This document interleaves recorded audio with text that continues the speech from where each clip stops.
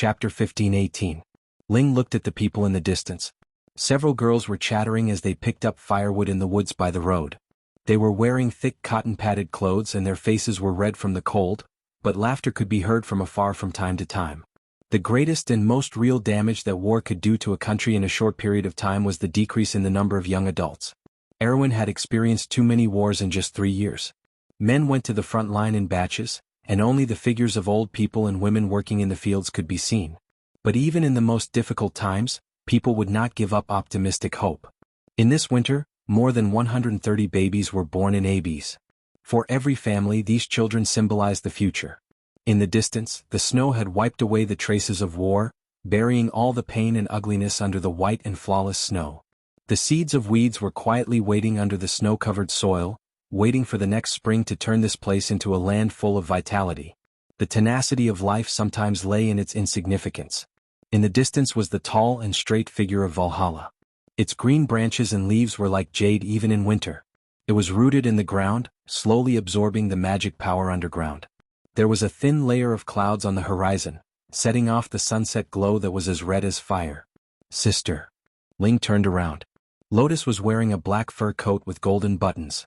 The furry collar set off her white face, and her silver hair hung softly behind her head, tucked under the hood. Scarlet, who brought her over, squatted down and looked at the little girl gently. She adjusted her collar with her hand and said to the two, "I'll go first. There are still many things to do in Mintai City. I'll come back to see you tomorrow." Lotus nodded obediently. "Ling, take care of your sister." Ling also nodded silently. "Sister Scarlet, we know you're busy," Lotus replied in a childish voice. "We'll take care of ourselves." "Thank you." Scarlet smiled, her red hair reflecting the afterglow of the setting sun. She held the spear, cupped Torian's face with her hand, and looked at Ling with some concern. Then she reluctantly straightened up and walked into the forest, looking back 3 times with each step. Before leaving, she turned back and waved to the sisters, motioning them to go back quickly. Lotus looked at the back of the mountain girl disappearing into the woods, and the expression on her little face became lonely again. "Sister, are we still going to find Mother?" Ling nodded. "Why did Mother leave us?" Lotus asked. "Is it because we did something wrong?" Ling grabbed his sister's cold hand and shook his head. Lotus lowered her head. In the distance, a few girls picking up firewood had entered the city. Dusk was getting darker, and lights appeared in the city of Valhalla. In the residential area, the voices of mothers were calling their naughty children to go home. Smoke was rising from the roofs, and occasionally, there would be 1 or 2 scolding voices coming from the houses. The orange light cast the silhouette of a warm family on the road. People were hurrying home, and in the crowd, an older sister was holding her younger sister's hand, forming the whole of this broken family. In the distance, a woman silently watched this scene, one hand holding the wall, her fingers unconsciously grasping the brick. "Why don't you go see them?" "You don't understand," Tiama's Bai said faintly to the little girl on her shoulder. "Why wouldn't I understand?" Lut replied, "Aren't you just afraid?" "I'm afraid, so what? But you are their mother. Do you know how long they spent looking for you in Madara? How much they suffered for this? They are just 2 little girls, Miss Tiamas, they are your daughters." Lut did not know where his anger came from, but he felt that he could not remain indifferent. "I have to leave in the end." "How great, you have to leave in the end.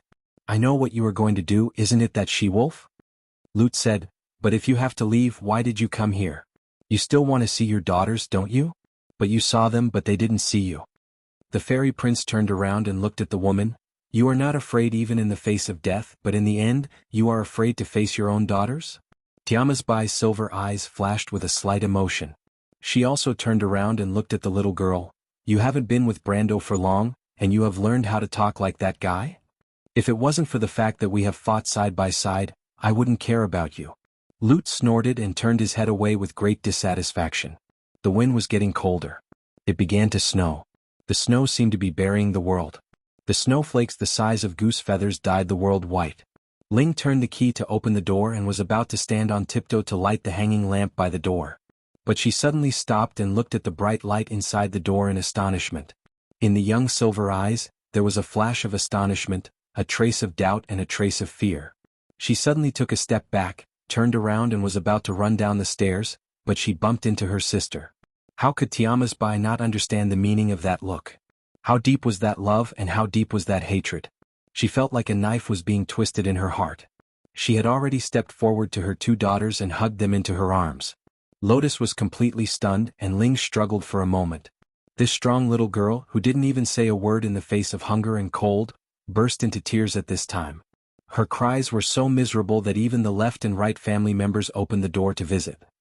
When these people saw Tiama's Bai, they suddenly understood something. Because of Scarlet's advice, they already knew the origin of the sisters. The older people's eyes fell on the two sisters gently, happy for them. Some of the women even wiped away their tears. The undead couldn't cry. But Tiama's Bai felt a slight warmth in her heart. She could only mutter in a low voice, I'm sorry. In the early morning, the ice crystals on the branches had not yet melted. The soft snow fell silently to the ground, and in the dim canopy, there were occasional sounds of birds fluttering away from the canopy. A few people stood in the cold wind. Tiama's Bai looked at her two daughters reluctantly.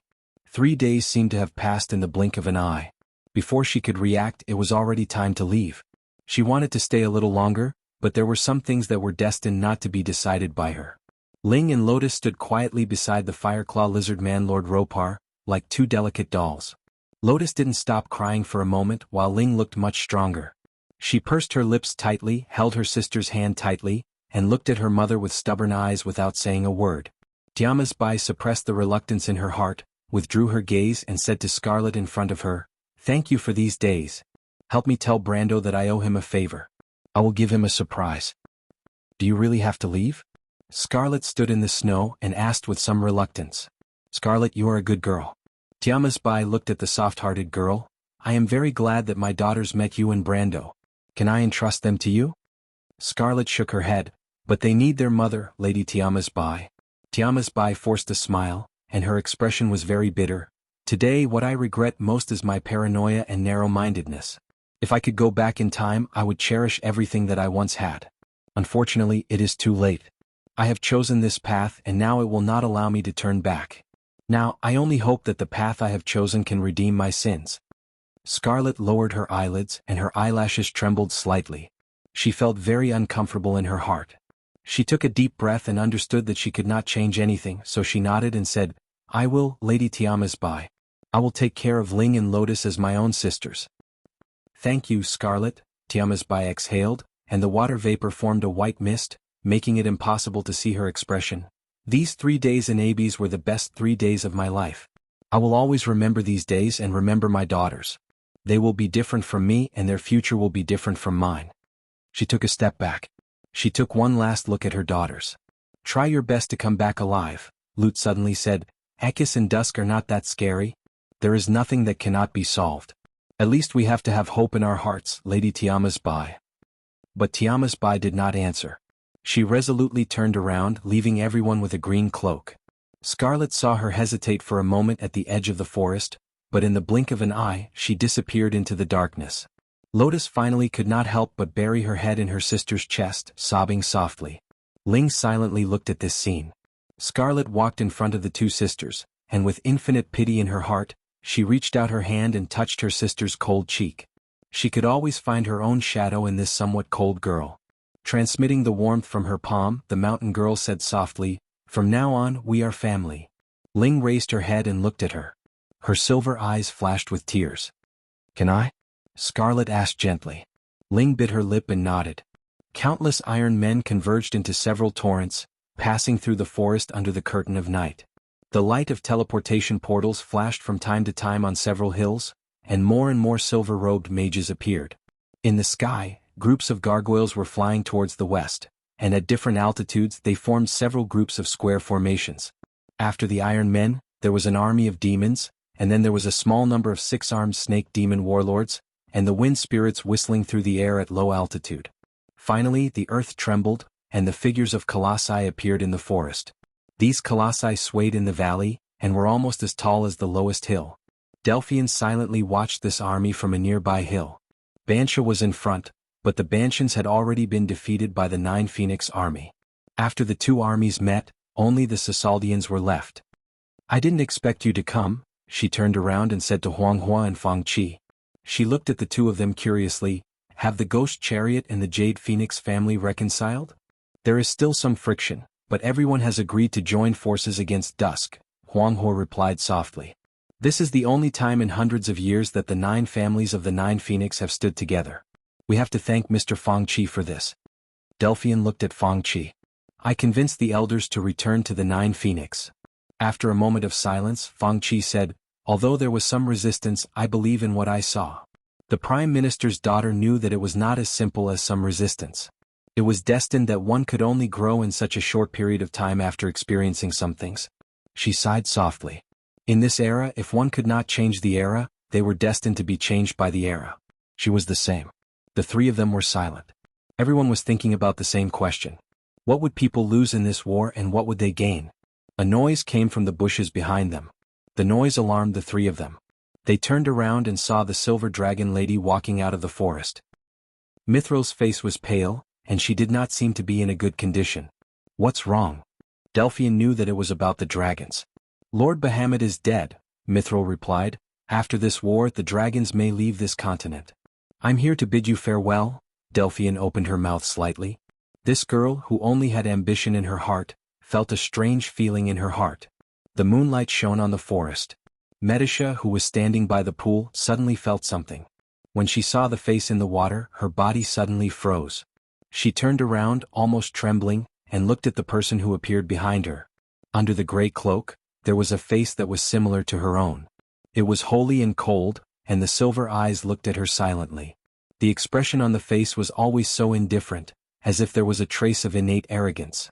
Once upon a time, the owner of this face used to be the person she looked forward to the most sacred shadow in her heart, her eldest sister, the first princess of the empire. It was a question that had haunted her for thousands of years. What? Sister? The elven princess voice was trembling. Medisha. Is it really you? It's me. Before I leave, I just want to see you. Brando should have told you, right? Tiama's expression was a little lonely. I originally found the immortal item, but I didn't expect that you don't need it anymore. Medisha bit her lip. But her eyes flashed with disappointment, and she gently shook her head. That's not what I want, sister. You know it. But Tiama's did not answer. After a moment of silence, Medisha softly asked again, that night in the Abyss territory, was it you? Yes. Why? Erwin is too weak. I don't want to see you die with those humans. Are you suddenly concerned about me? Medisha's voice suddenly became agitated. But at that time, why didn't you do anything? Answer me, sister. You don't know, right? No, I received your letter. Medisha's weak body trembled. What they said is true. Tiama's nodded. But why? Medisha finally could not help but burst into tears. She almost lost her composure and shouted hoarsely. I love you so much, sister. Don't you know? Tiama subconsciously took a step back. She had never seen her sister like this. She was so outstanding, so talented. In that era, her radiance overshadowed all of them. But at this moment, Haku only felt that her heart was ruthlessly stabbed.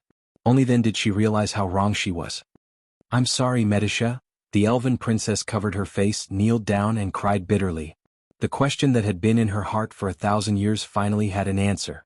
Although she had doubts in her heart, she unilaterally did not want to believe that it was her most respected sister who killed her. If all of this was just a dream, then it must be the most terrible nightmare. I have to go, Medisha. Tiamas looked at her sister and said, seeing that you have escaped the fate of being cursed, I am very happy. I hate you. Medisha raised her head and looked at the woman with tears in her eyes. Do you know how much I hate you, sister? I'm sorry, Medisha. I don't want you to be sorry. The elven princess almost shouted. Do you think that by finding the immortal item, you can make up for the mistakes you have made in the past 1,000 years, sister? Tiamas looked at her sister silently. She wanted to say something, but she could not say a word. Please stay, sister. If you want to make it up to me. Looking at her sister's tear-stained face for a moment, Tiama's heart almost swayed. 1,000 years left a deep mark in her heart. She gently walked to Medisha's side and hugged her sister. She whispered in her ear. Medisha, I'm sorry. Jealousy clouded my heart and now it is too late for regrets. But at least I haven't lost you forever. If everything could go back to the past, how I wish I could still have that world's most outstanding sister. Sister. Medisha sobbed. You still have her. Tiamas gently wiped away her tears with the tip of her finger. But in the end she shook her head. But I realized it too late. Medisha, there is no turning back. But why? Medisha asked in a broken voice. Can't you just stay? No one will hurt you. I will beg the Lord to protect you. There is no reason. Tiamat stroked her silver hair. I don't need anyone's protection, Medisha. Although he is a good man, but I chose to leave. She replied gently. It is because I love you. When I realized it, I still love everyone in this world. I chose to leave because the end of the road is the hope of everything. It was a poem lasting in the darkness. Chapter 15:19. At the top of Tartaki's tower, an abstract black eye was painted on the stone wall. The omniscient eye was both the symbol of the Red Robe Wizards and also represented an extremely powerful artifact. It used to be the pride of the Saucered Alliance. But at this moment, it was watching the fall of Tartaki. The city was burning and the Wizard's Temple, the Wizard Vault, was crying out. The load-bearing stone pillars were cracking under the high temperature, and the entire majestic building was collapsing with a huge roar. Looking further into the distance, the whole city was billowing with smoke, and there were still flashes and roars of explosions coming from afar from time to time. The battle had spread to most areas of the entire city. In the sky, gargoyles belonging to different forces were fighting each other. The wind spirits and wind elements whistled through the low-altitude region. On several streets paved with snow-white marble, the originally exquisite green belts and municipal buildings were long gone. The ground was also covered with scorched spots, and iron men with a metallic luster on their bodies were lined up in rows. Behind them, the great demons fired the flintlocks in their hands one by one. A row of white smoke emerged, and these timid creatures immediately scattered back. Behind the army, a tall snake demon wielding 6 scimitars was supervising the battle, chopping off the heads of all the demons who dared to pass by her. Looking down from the sky, the saucered people were gradually retreating, and the defensive line was shrinking. Finally, they were concentrated in a few areas such as the Supreme Square. Behind them was the last fortress of the saucered people, the Omniscient Tower, and they had nowhere to retreat. To be exact, the saucered people had lost everything. Defeat was already destined. The saucered people were once the nobles of the Buga people, the rulers, the direct descendants of the scholars of Oxido, and the guardians of the Temple of Knowledge. But these glories were long gone. After the azure lance pierced the sky, the era of mortals came. The saucered people also fell into the dust, and more heroes of ordinary origin emerged, and finally formed the structure of the 12 Silver City-states today. 7-3 The outcome had long been determined. The era of the aristocratic elite was now buried in the dust of history. The saucered people could still hold on, but Solomon, Logar, Lone, Arketh, Ajani, and Osartan had not yet made a move. These 6 wizard leaders were the best in different fields. They were the legends of their time in the era when they rose like shining stars. Every name was an immortal epic in the history of Wond. The king of the wizards, Solomon, was known as the most powerful wizard after the era of Tumen. Logar, the Blade Lord, not only reached the peak of rune magic, but also created the glory of the artisan wizards. Lone and Arketh and Artan, Ajani, sorcerer of the sorcerer. Sorcerer, especially the founder of the tower. Not only was he proficient in spatial sorcery, but he was also the school of sorcery. Every name was as bright as a star, shining in history. They did not make a move not because they had any scruples but because they could not bear to. The king of the wizards, Rosador, had died in Tanajul. The Winged Lion City was only in name, and one of the red and blue alliances was gone. Among the remaining 11 cities, if the Storm Throne and Latakia were destroyed, would the Bugas still be the Bugas? Would the City of Silver still be the City of Silver? That was the pride that had been passed down for thousands or even tens of thousands of years. Would it really fall in their hands? On the Supreme Square, Storm Queen Elatras looked at the sky with her cold silver eyes. There was nothing in the sky, but she knew that her old rivals were observing the city's every move through the void. Flashes of lightning shot out from her fingertips, plowing through the Buga's army like a storm. The iron men fell and the spirits were burned to ashes. The angry wind spirits screamed and pounced on her, but they were also torn to pieces by the lightning. The lightning in the wizard leader's hands could even pierce through the void. The ground trembled. A colossus raised its fist and swung it at her, but Elatras only stretched out a finger and gently tapped the fist of the colossus.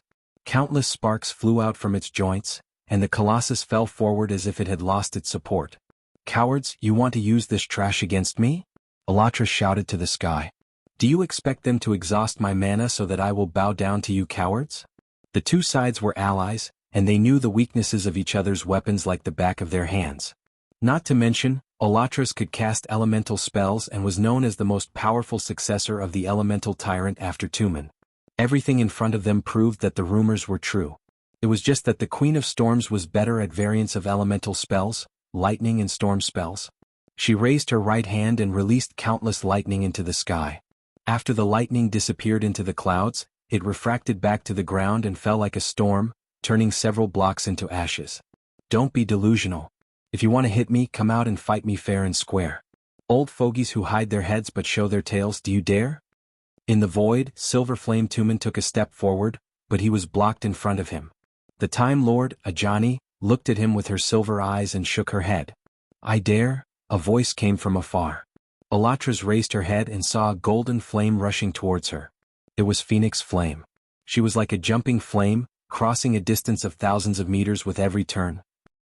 In a few moments she had passed several blocks, leaving only a golden-red afterimage in the eyes of the people. The flame jade pendant on the 9 phoenix gloves shone brightly. Her long hair fluttered in the wind, and her emerald-like eyes contained a dazzling golden flame. She had grown a little taller than when she left Brendel, and under the snow-white combat suit her future slender legs were beginning to take shape. With a punch, the flame seemed to ignite everything from thousands of meters away. A fire phoenix flew out with a clear cry, sweeping across the entire square and pouncing towards Olatras. Olatras snorted coldly, not taking the little girl seriously at all. With a wave of her hand, the fire phoenix was smashed into pieces. Her silver eyes shone brightly, and her slender fingers curled up slightly. A shadow appeared above Rataji. It was an iceberg that spanned several miles. It was hanging upside down in the sky. The Queen of Storms turned her 5 fingers and pressed down gently, and a thunderous roar came from the iceberg. The huge object was smashed into pieces, and it came crashing down like an avalanche. Before the iceberg arrived, the chill had already hit them. It was as if the whole sky was collapsing. Looking up, one could see the sky falling and the earth cracking. But Huang He didn't dodge. She didn't seem to move at all. A silver net of light appeared above her head. The net of light was made up of 23 crisscrossing silver lines, which appeared from the south to the north. The width of the net was exactly the same as the iceberg. When the iceberg fell, it collided with the silver net. The silver lines that made up the net bent down slightly, but the iceberg was already smashed into pieces, turning into a rain of ice that sprinkled down. More than half of Latakia City was hit by a torrential rain mixed with hailstones. The flood surged and washed away many of the streets. Olatras was slightly taken aback. She raised her head and saw a silver dragon controlling the spell on a spire not far away. However, Mithril's face was also pale. In front of a Buga wizard leader, a giant dragon was just an insignificant existence. However, there was someone behind Mithril. Fang Qi appeared there with a huge box on his back. He took off the scabbard on his back and placed it on the ground. He growled, "Jade dragon, out of the scabbard." A ray of green light flew out of the scabbard and into the sky. Everyone in Rataji City saw the green light beam. When the light beam disappeared into the clouds, an emerald brilliance rippled. In the middle of the halo was a green jade sword in the style of a 9 phoenix. Although Olatras had not seen the power of the Jade Dragon Holy Sword in Rosaline, her judgment of magic was sharper than that of Brando, a half-baked swordsman. Her silver pupils shrank slightly as she immediately felt the threat from the sword. She raised her hand, and her silver hair moved without wind. She was about to cast a powerful spell to knock the sword down, but before the silver runes could appear, a fist burning with golden flames had already arrived in front of her. Phoenix Flame had arrived. Olatras screamed in anger and had to give up the spell in her hand. At the same time, the 12 silver tattoos on her left hand lit up at the same time. She clawed back and shattered the huge shadow of the green phoenix behind Phoenix Flame. Jade Phoenix Mage, the Storm Queen's voice was full of anger. But that doesn't work. Phoenix Flame did not say a word.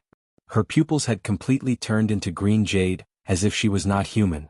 If Brando saw her now, he would definitely remember the 9 Phoenix Queen in history. Flames? It was the most violent force in the world. After the fist was neutralized, she immediately swung her leg. It was like a sharp axe and golden flames filled the sky. Olatras sneered and waved a wind blade from her hand. It was almost like a whirling storm, like the tail of a dragon, and heavily whipped Phoenix Flame. Like a cannonball, Huang He was sent flying, crashing into a nearby building. The sound of a building collapsing could be heard, and dust flew in that direction. "Damned mortal," she muttered, raising her head with a grave expression. The Jade Dragon Holy Sword in the sky had finished charging. A translucent giant green dragon flew out of the sword and pounced on the Storm Queen on the ground. The distance of a few thousand meters was just a small distance for it to move its body. The green dragon roared in midair and swung its claw at Elatra's. For the first time in a battle, Elatra's expression changed. She did not take the mortal owner of the Jade Dragon Holy Sword seriously, but the power of the Holy Sword itself was not to be underestimated. It was undoubtedly an ancient sacred object, just like the Azure Lance. How many people could take a full blow from it unscathed? The Storm Queen crossed her hands and quickly chanted magic words. Layers of mesh-like light curtains unfolded around her. There were a total of 6 layers from the front to the back. But before the 7th layer of defense could emerge, it was cut open by the claws of the green dragon. The sharp claws cut through the 6 layers of light without stopping and swept heavily on her body. Elatra screamed as she was sent flying. She crashed into Rataki's omniscient spire and felt that all the bones in her body were about to break. Blood flowed from her forehead. If not for the power of the law protecting her body, this blow would have been enough to kill her. Elatra's finally felt that her life was in danger, and a cold light flashed in her silver eyes. She never thought that she would die at the hands of a mortal. A terrifying ripple swept across the entire city of Rataki. Elatra's took a step forward, and the beam of lightning even penetrated the stone floor under her feet. The majestic magic escaped uncontrollably, and in an instant half of the square was overturned. The Wizard Queen was in the center of the storm. She looked up, and her silver eyes stared at the holy sword in the sky. But at this time Huang Hua, who had climbed up from the ruins, gritted her teeth and rushed over again. "Stop it." Elatra's was finally angered by this little girl from the 9 Phoenix. Tolman finally could not stand it anymore. He reached out and pushed Ajani in front of him, and a light door appeared in front of him. "Oh Sartan, that's just Elatra's. Our enemy is hairy enough." Ajani the Time Lord could not help but say. But Tolman shook his head and said, "There's still you, isn't there?" With that he stepped through the light door. In the void, the few people did not say a word and only looked at each other. Everyone was thinking about the same question. After this war, where would the artisan wizards go from here? Under Elatra's fury, the space was boiling. In the entire city of Rataki, gravity seemed to have suddenly disappeared. The gravel on the ground vibrated and then slowly floated up. Then the larger objects, broken stone slabs, public facilities, trees. In the end, the Iron Men who were in the middle of the battle also flew up into the air with their arms and legs flailing. In a series of cracking sounds, a bridge that was burning in flames suddenly broke, but the broken part did not fall into the water. Instead, it swayed and floated up, slowly rising into the air. The wreckage of more buildings showed the same situation at this moment. The vault of the Wizard Temple. The broken spire. The whole city of Rataki seemed to have fallen into a state of weightlessness. Even the flames were floating in the air, forming the shape of clouds. In the golden-red clouds, lightning was intertwined with each other. The beams of lightning that contained infinite power seemed to have completely pierced through the air, turning the whole city into a superconductor. The air was buzzing and vibrating, like the surface of the water before an earthquake. It was full of dense ripples. In some streets, the big monsters who could not stand the high-frequency sound waves covered their ears and screamed as they fled in all directions. Some were knocked down by their companions. The Iron Men lost their magic power one by one and turned into scattered metal parts that fell to the ground. Then they were lifted up by an invisible force and flew into the sky. The sky was full of floating debris of different heights. Elatra's eyes had completely turned silver white. Beams of lightning rose from her feet and extended along her body to the top of her head. Then, through the silver hair that danced like Medusa's snake hair, the lightning scattered into the air. The Queen of Storms raised her head. Dark clouds were gathering above her head. Soon, the sky of Rataki City was completely dark. She looked at Phoenix Fire and only said one word, "Scram." A light spot appeared out of thin air. Phoenix Fire looked as if she had been struck by a ball of lightning. She screamed miserably and was sent flying again. But this time, Tolman walked out of the silver light gate and held her back with one hand. Elatra's did not even look in this direction. She reached out her hand and a zigzagging lightning bolt pierced toward the Jade Dragon sword in the sky. The Azure Dragon in the sky roared and tried to block it, but the lightning bolt made a big circle in the sky. A bright silver arc of lightning pierced through tens of thousands of meters. That was the speed of light and lightning. The Azure Dragon did not have time to turn around, but the arc of lightning had already landed on the Jade Dragon sword. Fortunately, the Jade Dragon sword emitted a bright green light and blocked the arc of lightning. On the ground, Fang Qi spat out a mouthful of blood. The sword box in front of him let out a sorrowful cry. He knew that he had reached his limit, so he quickly pressed his hand on the box. The next moment, a green light fell from the clouds and went straight into the box. But the joint attack of the three had failed. Fang Qi looked at Mithril in the distance with a pale face. The Silver Dragon Lady also looked helpless. Although they had tried to overestimate the strength of a wizard leader, they did not expect her to be far more terrifying than they had imagined. And this was only the Storm Queen Olatras. What would happen to Haryanov, who was known as one of the three giants of the Bugas, who was on equal footing with Solomon and William? Was this the difference between a mortal and a silver person? Gates of light opened in the dusky sky of Latakia. Solomon, Logar, Roan, Arkith, Ajani and the others walked out one by one. They floated in the air and looked at Olatras on the ground. And Olatras also saw them. To be precise, she only had eyes for Solomon. The Storm Queen sneered. Finally willing to come out? Solomon, is this the result you want? The Winged Lion City has been destroyed, and the Sasardians will die out today. But so what? You only need to remember that the Bugas destroyed themselves. Come on, Solomon. Let me see the true strength of the King of Wizards. Let me see the courage of you cowards. Didn't you want to destroy the Sasardians? Why don't you dare to do it? Solomon was about to speak. But all of a sudden he stopped.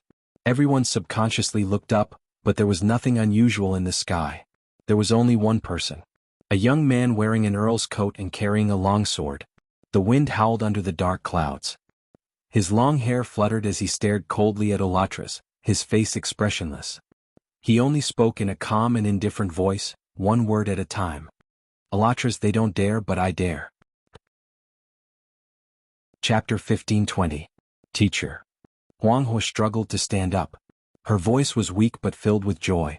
Brando nodded at his student with a warm expression. Among the people present, only Tulman and Solomon recognized the newcomer, while the others revealed puzzled expressions. Until Oratex helped them ask the question. Who are you? The Queen of Storms frowned at Brando and asked. Brando reached behind his shoulder and grabbed the hilt of the holy sword. He gently pulled out the sword. A bright light shone on everyone's eyes. Holy sword Odorfice! Someone exclaimed. Brando pointed at Oratex and said, the Sathard people have done so many good deeds in Erewhon. They wouldn't have thought that someone would come to collect the debt, right? You. Oratex curled her lips in disdain. I don't want to talk nonsense, Brando replied. Simply put, after today the Sathard alliance will no longer exist. What a big tone.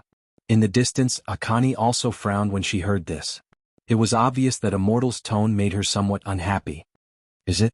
Brando turned around and shook his head at her. Blood for blood, it's just right. Oratex was so angry that she laughed. Erewhon people? I've never heard of that, but her laughter immediately stopped. Fear quickly appeared on her face. Because behind Brando, rectangular silver lines appeared in the air. Tens of millions of silver cubes flashed and swept across half of Latakia in an instant. It was a power that made everyone tremble in fear. And in this world, there was only one power that could make the sages feel uneasy. Did you see it clearly? There's no mistake. That is, Solomon, Logar, Roan and Arkith were shocked. The power of existence. Only Brando's expression was calm. It was as if he did not hear anything around him. He only focused on his sword. He held the sword to his chest and held the blade with one hand. The next moment he disappeared from everyone's sight, leaving only an afterimage. Arkith was the only one who caught a glimpse of the tremor in space. It was like a long and narrow light in the darkness. Oratex's expression changed drastically. The golden light in the depths of her eyes grew bigger and bigger. She desperately released lightning. Lightning flashed in the square, but the blade still broke through the obstacles and arrived in front of her. Oratex screamed and rolled to the side. The dark golden blade passed by her, drawing a line of blood on her arm.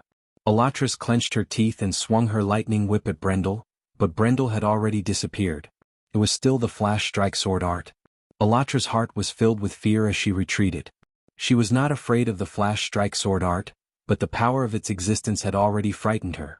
She only wanted to leave this place, but all of a sudden, her heart began to throb like never before. Alarm bells began to ring. She immediately.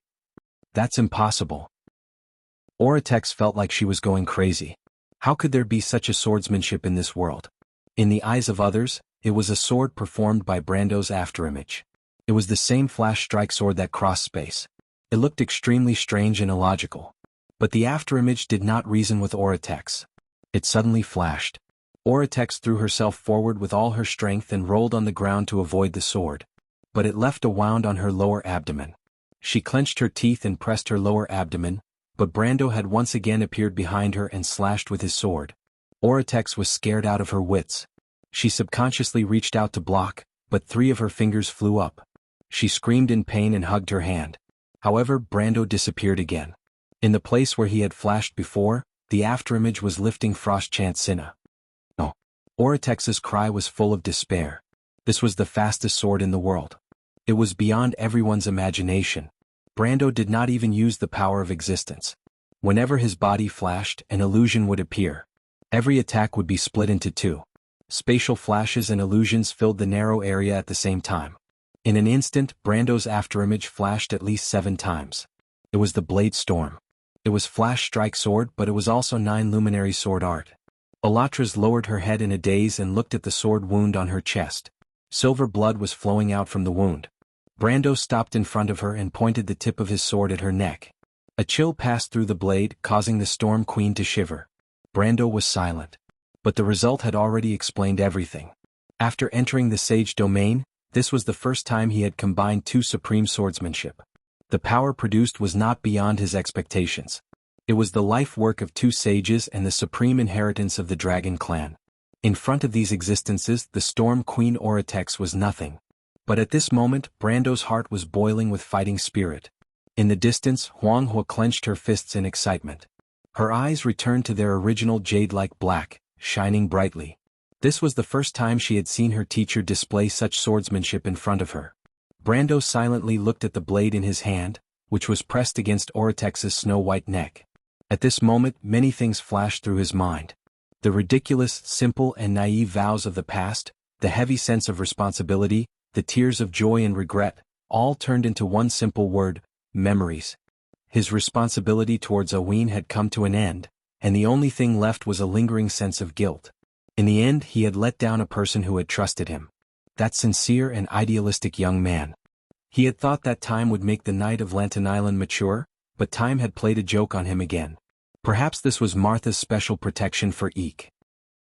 This young man had fallen twice in the most glorious years of his life, and did not even have the time to see the ugliness of the world. Some things were destined to be engraved on monuments, but the idealist should be a commentary on history so that people could see the glory beyond reality. Although they were fragile, they existed, and were even easier to become eternal than power and authority. This was the pursuit of beauty by civilization. But even so, Brendel would not allow the masterminds behind this scheme to get away scot-free. If they sacrificed the idealists, he would turn them into ashes. Since you believe in power, then I will show you the true power of this world. Oratex suddenly understood something and laughed bitterly. I understand, you are one of the ancestors.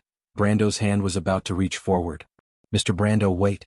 Before Solomon could stop her, the Time Lord Ajani took a step forward and opened a magic circle in her hand. The Bugas had paid a heavy price. Was it necessary to completely destroy the legacy of Taraki and the Storm Mages? She finally made up her mind. She would not allow it. But Brando did not even look back. The rectangular silver lines and tens of millions of silver cubes flashed again, like a wall across the sky, standing in front of the 7 Bugas mages. The silver network swept forward, and except for Solomon, the others found themselves unable to move. Ajani screamed and found that the magic circle in her hand was disintegrating. She could not help but be shocked. Oratex's body fell heavily to the ground, her empty eyes staring straight at the sky. She probably did not understand until her death how the Sasaldians came to this point. In the Scorched Palace, the silver-robed Bugas mages were counting the losses everywhere. Although the Sasaldian alliance had been declared dead, the legacy of the red and blue mages had not been destroyed. Brando could not kill everyone indiscriminately. What was the difference between him and these people? Of course, the guilty would never escape justice. Unsurprisingly, the leader of the Sasaldians, the king of the red-robed mages, Haryanov, had already left Taraki with his omniscient eye. Brando had already known this. When he first opened the Tiamat Law Network, he had already scanned the entire Taraki, but he did not find any trace of Haryanov. Ironically, every Sasaldian was unaware of this. The Storm Queen Oratex probably did not understand until her death that she was actually an abandoned pawn. But only such a heartless person could let go of everything and collude with the Twilight Dragon. Brando wandered aimlessly in the palace. But a person blocked his way. It was a tall mage. The Bugas were rarely as burly as this person. He had dark skin, short white hair, and his exposed skin was covered with black secret patterns. Although his eyes were also the silver of the Bugas, they were very different from ordinary people. This person's eyes had no pupils, only an ocean-like silver white. Brando knew that the person in front of him was the uncrowned king of the Bugas, the king of the mages, Solomon. Mr. Brando. Even though all the rumors about the Sorcerer King depicted his unparalleled majesty, Solomon's voice was surprisingly cultured and refined, making people feel close to him upon hearing it. Brando raised his head and furrowed his brows. "Please don't misunderstand," Solomon said. "I'm not here for the previous matter." Brando nodded. At least the king of the mages did not disappoint him. "That's existence?" Solomon asked. "It's not complete, but at least it's a manifestation of the power of existence." "So you've already seen the Throne of Destiny, right?" Brando shook his head, knowing that the descendants of Scholar Oduki more or less knew some secrets, and replied, "I've only seen the phantom of the Throne of Destiny in the Stagnation Realm, but it's not there." "But you already know." Brando was silent for a moment, then nodded silently. "The Throne of Destiny is the ultimate authority of the law of Tiamat." "Yes, authority is power," the king of the mages said seriously. "So why have the people of Martha been confused for so long, and why there are so many divisions between the Truth Parliament and the Ring of the World?" "You mean the division of the Cisaldians can be foreseen?" Brando asked. "But that doesn't mean I agree with them," Solomon replied. Brando lowered his eyelids silently. Mortals drew power from the network called Tiamat. What they thought of as magic, elements, and truth all came from there, and behind all the illusions on the surface, it was actually just a fight for authority. Did mortals really become powerful? Even if there were sages among them. But for thousands of years the power of Tiamat itself had not grown at all, and the authority it could distribute was ultimately limited. But even if it reached the peak, what could it do? The ancestors created this network called Tiamat, but even its creator did not change his fate. In fact, the Bugas have understood this for a long time, Solomon continued. But Tiamat is our last resort, and if we lose even this, we won't even have another chance. Reincarnation after reincarnation, Brando replied softly. When will it end? Maybe this time. Solomon turned around and looked outside the palace. In the distance, the nine-headed phoenix and the Bugas army were converging. The Twilight Dragon has come to our world, and even at the cost of putting himself in danger, it is to seize the supreme authority of Tiamat. The king of sorcerers did not say the latter part too clearly, but the meaning was very obvious. If it succeeds, we will have no future. So we have to stake everything. He looked back at Brando, his silver-white eyes were indifferent. You are the one chosen by Martha, Mr. Brando. Can you answer me a question? Is there still a chance? After hearing this question, Brando just walked forward silently, and in front of him was the gate of the palace. The sun spread across the unclear line between light and dark. Brando raised his head and looked at the blue sky of Latakia. Is there still a chance? In that slim hope, there were still some things waiting for him to decide, like a responsibility in the unseen world. He vaguely understood what Martha's expectant gaze meant when she looked at him. But he still nodded. There is still a chance. Then he walked out. Solomon silently looked at the young man's back. Maybe an era is over. And when will the new era begin? Teacher. Huang Hua stood quietly under the steps, and did not appear to be cheering because of happiness like most girls of her age. But it was still obvious that her heart was full of joy at the moment, and that joy seemed to be glowing from her eyes that could speak. But because she was as reserved as ever, Huang Hua just blinked quietly. For this excellent student, Brando felt a warmth in his heart and smiled slightly. Teacher's swordsmanship is as enviable as ever, Huang Hua said sincerely. You are also good, your training is fast, Brando stopped and said to her. But compared to you, teacher, I am still far behind. Brando laughed and said, Don't worry, you will surpass me one day. Really? Brando nodded seriously. He was definitely not exaggerating. Huang Hua's dark eyes flashed with anticipation. One day she would be able to protect her teacher.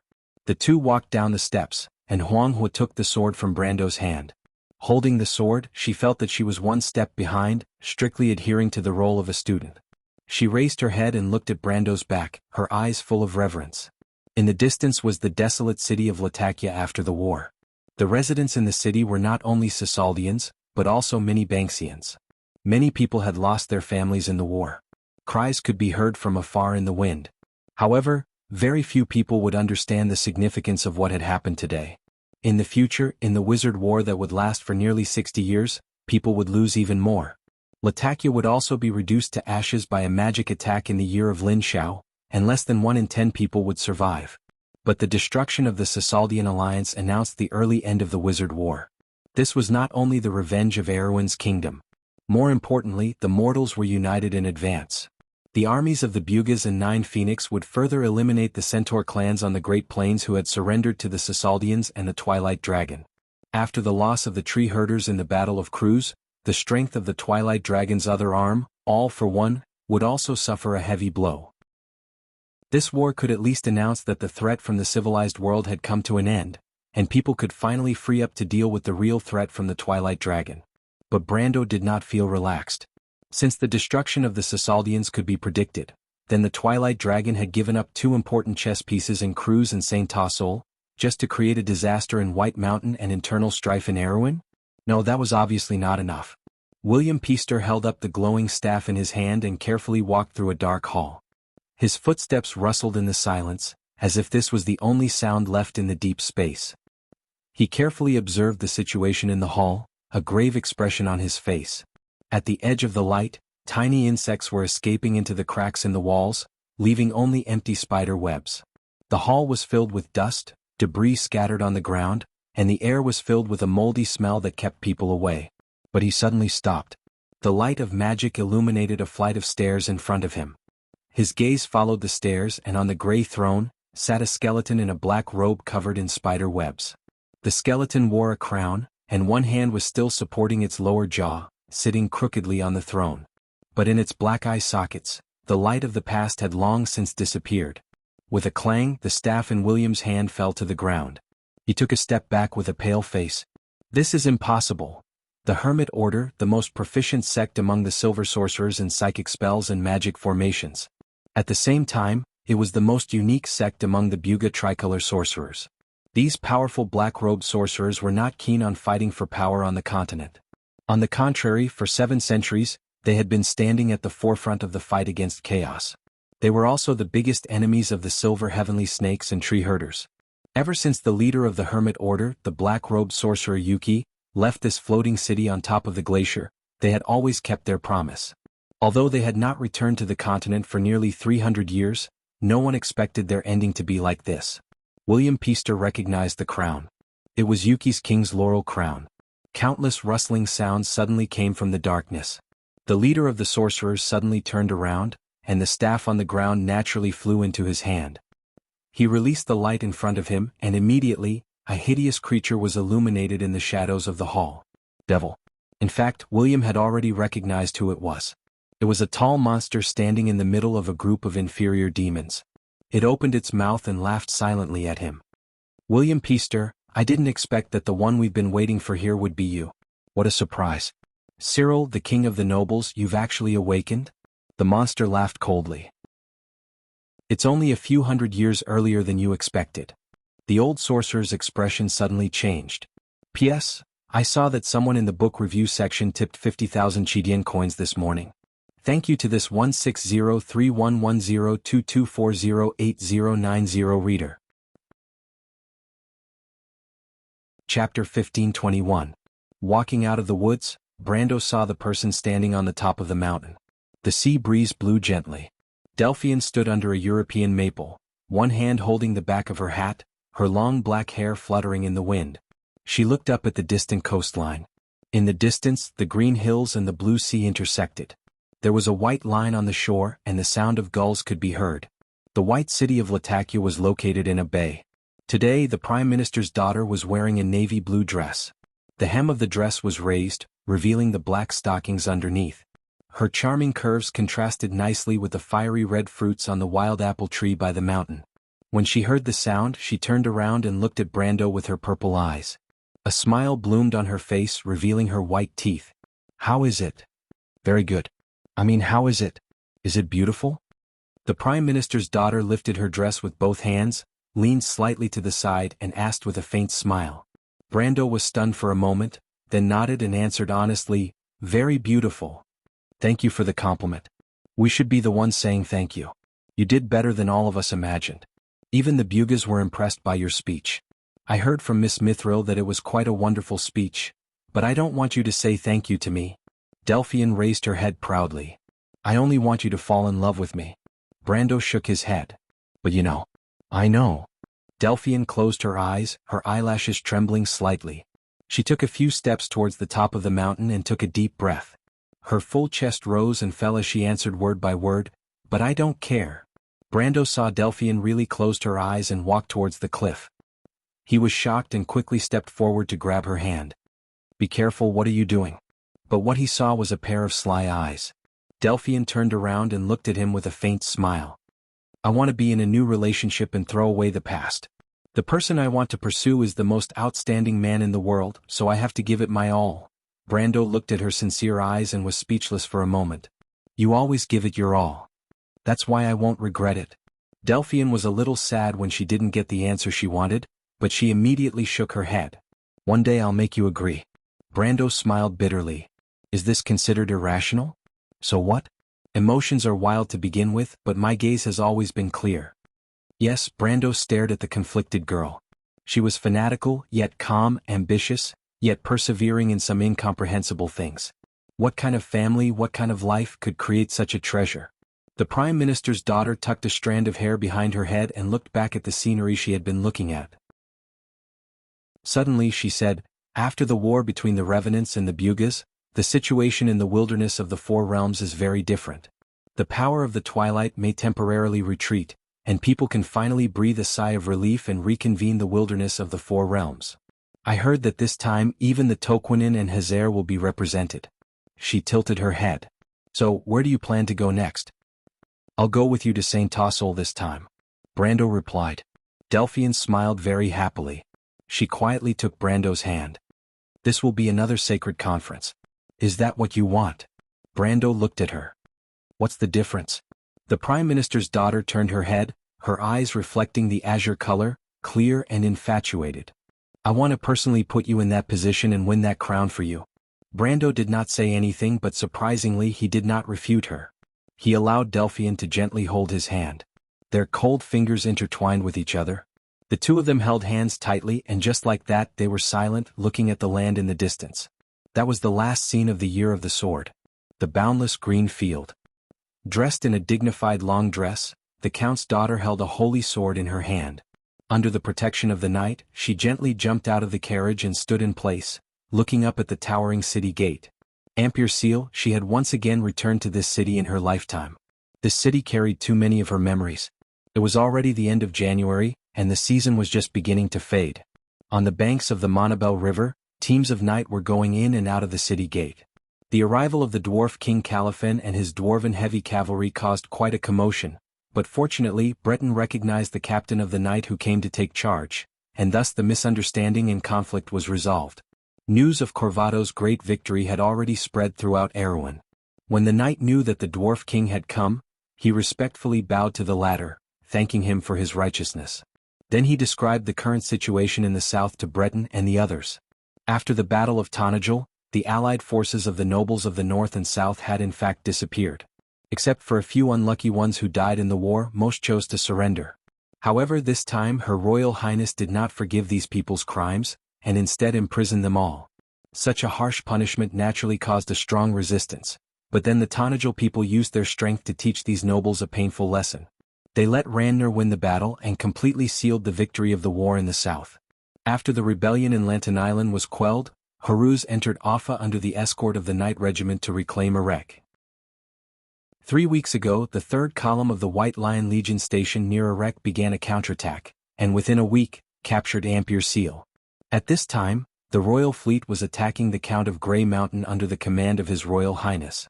The battle to recover the north that Erewhon had been looking forward to for a long time was about to start. The kingdom that had been divided for a long time seemed to finally come to an end at this moment. In the south, the Tonagel people led by Princess Griffine had successively conquered Magetan and Kirkle, and besieged the important minister under Duke Grinoir's Medshk in Brags. The Highland Knight had already pledged allegiance to the royal family and entered Viro from Karsuk. Although the nobles of the south had not finally surrendered, it was only a matter of time before they were defeated. When the Knight Regiment of the White Lion Legion heard the news, these young people all cheered. This was the future of the kingdom, the dream that they had been pursuing all this time. Finally, at this moment, everyone could see the dawn of victory. After today, Erwin would be reborn in the flames, ushering in a new kingdom. The young people all bid farewell to Breton and Manrique, requesting to return to the ranks and rejoin the White Lion Legion. They were only waiting for His Royal Highness, the future king, to give the order and truly grasp the victory in their hands. Breton silently looked at the turbulent waves of the bay, his chest also surging with emotions. From Fortress Reden to being a small guard captain until today, he had witnessed the collapse and rise of this kingdom, witnessed the nobles fighting for power, the shadows of swords and schemes behind the scenes. And finally, one day this ancient kingdom would see the light of day again. But he understood that all of this was due to that person. As expected, he shook his head. It's still too far away. Everything is coming to an end, Manrique suddenly said. Yes. No one knew what the future would hold. However, the kingdom was waving goodbye to its past. When history and the future intersected, a new sunrise would rise from the horizon once again. In the crowd, Dilfrey was also silent. When she heard the news of Barandal's death, she found that there was not the slightest ripple in her heart. It turned out that after experiencing so much, compared to what she had seen and heard in the past year, everything she had experienced was just so insignificant. She looked at the holy sword in her hand and was stunned for a moment. Where is that Count Tonagel? The dwarf King Califen suddenly interjected. He carried his warhammer on his shoulder and looked down at them condescendingly. After talking for so long, where is the hero of Erwin? Where did Count Tonagel go? The knight captain was also stunned. My lord, he seems to be no longer in Erwin. What? My lord Duke, are you there? The maidservant held an apron with one hand and gently knocked on the door with the other. Then she turned her head and looked at the two knights behind her with her beautiful brown eyes. She shook her head and whispered, My lord said that he wanted to be alone for a while. My lord has been alone for a day and a night, one of the knights could not help but say, and he hasn't eaten a single grain of rice. But, the maidservant wanted to say something, but before she could speak, the other knight had already grabbed her hand and pulled her away. At the same time he gave his companion a look. Wait, you can't. The maidservant was shocked. The first knight had already grabbed the doorknob with one hand and slammed it heavily. With a loud bang, the thin-winded wooden door was directly broken. The knight pushed the door open with one hand. Before he could take a step, he heard a terrified scream behind him. My lord Martha. The maidservant looked into the room with a pale face. She covered her mouth with both hands and almost fell to the ground. My lord Martha, my lord Duke? The knight also took a step back with a solemn expression. In the study, Duke Vero was wearing his favorite robe when he was alive. He was sitting in his chair with a livid face. The former ruler of this land was now tilting his head lifelessly. Green foam was dripping from the corner of his mouth to his chest. His eyes were wide open and his stiff hands were placed on the table. His right hand, with blue veins popping out, was tightly holding an empty crystal bottle. A suicide note was quietly placed on his desk. The maidservant screamed again and rushed out of the room. One of the knight tried to grab her, but was stopped by his companion. The knight grabbed his companion's hand and shook his head. Let her go. It's also a good time to inform the others that Sir Christopher is not here. There is no one in charge in the castle. Then what do we do now? Did you see the letter? We have to protect this place, the knight replied calmly. Go and inform Miss Eugenie. She has the right to know everything. From now on, no one except the members of the House of Vero is allowed to enter this room. His companion nodded silently. At this moment, Castle Valendon was in chaos. Ready? The knight captain raised his hand.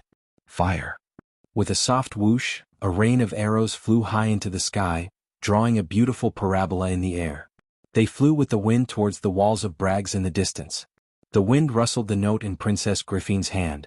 She pressed down on her long silver hair and looked up, using her beautiful eyes to look at the city in the distance. Under the cover of dozens of snake lizards, the White Lion Guards had already begun their attack. The giant beasts were so large that they were almost at the same height as the walls. All they had to do was turn their bodies sideways and let the soldiers on the towers lower the long ladders so that the commandos could rush up the walls. The tree elves and centaur archers on the towers were a nightmare for the nobles' private armies. After losing the advantage of being on top of the city wall, The defensive line that Duke Grenoir's had high hopes for had become nothing more than a bubble. Needless to say, the Valkyries that flew across the sky. Under their pressure, the Wyvern Knights in Brugloss couldn't even fly into the sky. In less than a quarter of an hour, a white flag was raised on top of Brugloss's city wall. On top of the castle, the former leader of the Silver-Winged Cavalry, Medsk, silently looked at the land that once belonged to him. The black smoke in the city and the flashes of magic that were approaching reminded him that failure was near. He stood bleakly in the wind, his heart filled with unwillingness. Why did they lose? Not only did the alliance have the support of all the nobles, but they also had the secret intelligence provided by All for One and the support of the powerful Saussalds. But why did they lose? And they lost so thoroughly. It was as if the history of Erewhon had been completely rewritten overnight. Everything was like a replay of the Battle of Amberlight, a battle that was enough to change the history of a kingdom. After the battle, all the illusions were shattered like bubbles. Tonagel again. Why is it always Tonagel? Medsk punched the battlements hard. If he had known that the grandson of that damned Darius was under his rule, he would have found that bastard and executed him. But this idea was just an impractical way to vent his anger. He shook his head, his heart full of regret. He was too anxious and lost everything. "Sir, we have to go." The attendant came up from behind and tugged at his sleeve, whispering, "It will be too late if we don't go now." Medsk nodded. The former commander of the Silver-Winged Cavalry had always been a cautious person who cherished his life. As early as before the First War of the Black Roses, he had pledged his allegiance to All for One, but in the first liquidation of All for One after the Amberlight conference, he had slyly hidden himself under the name of faking his death.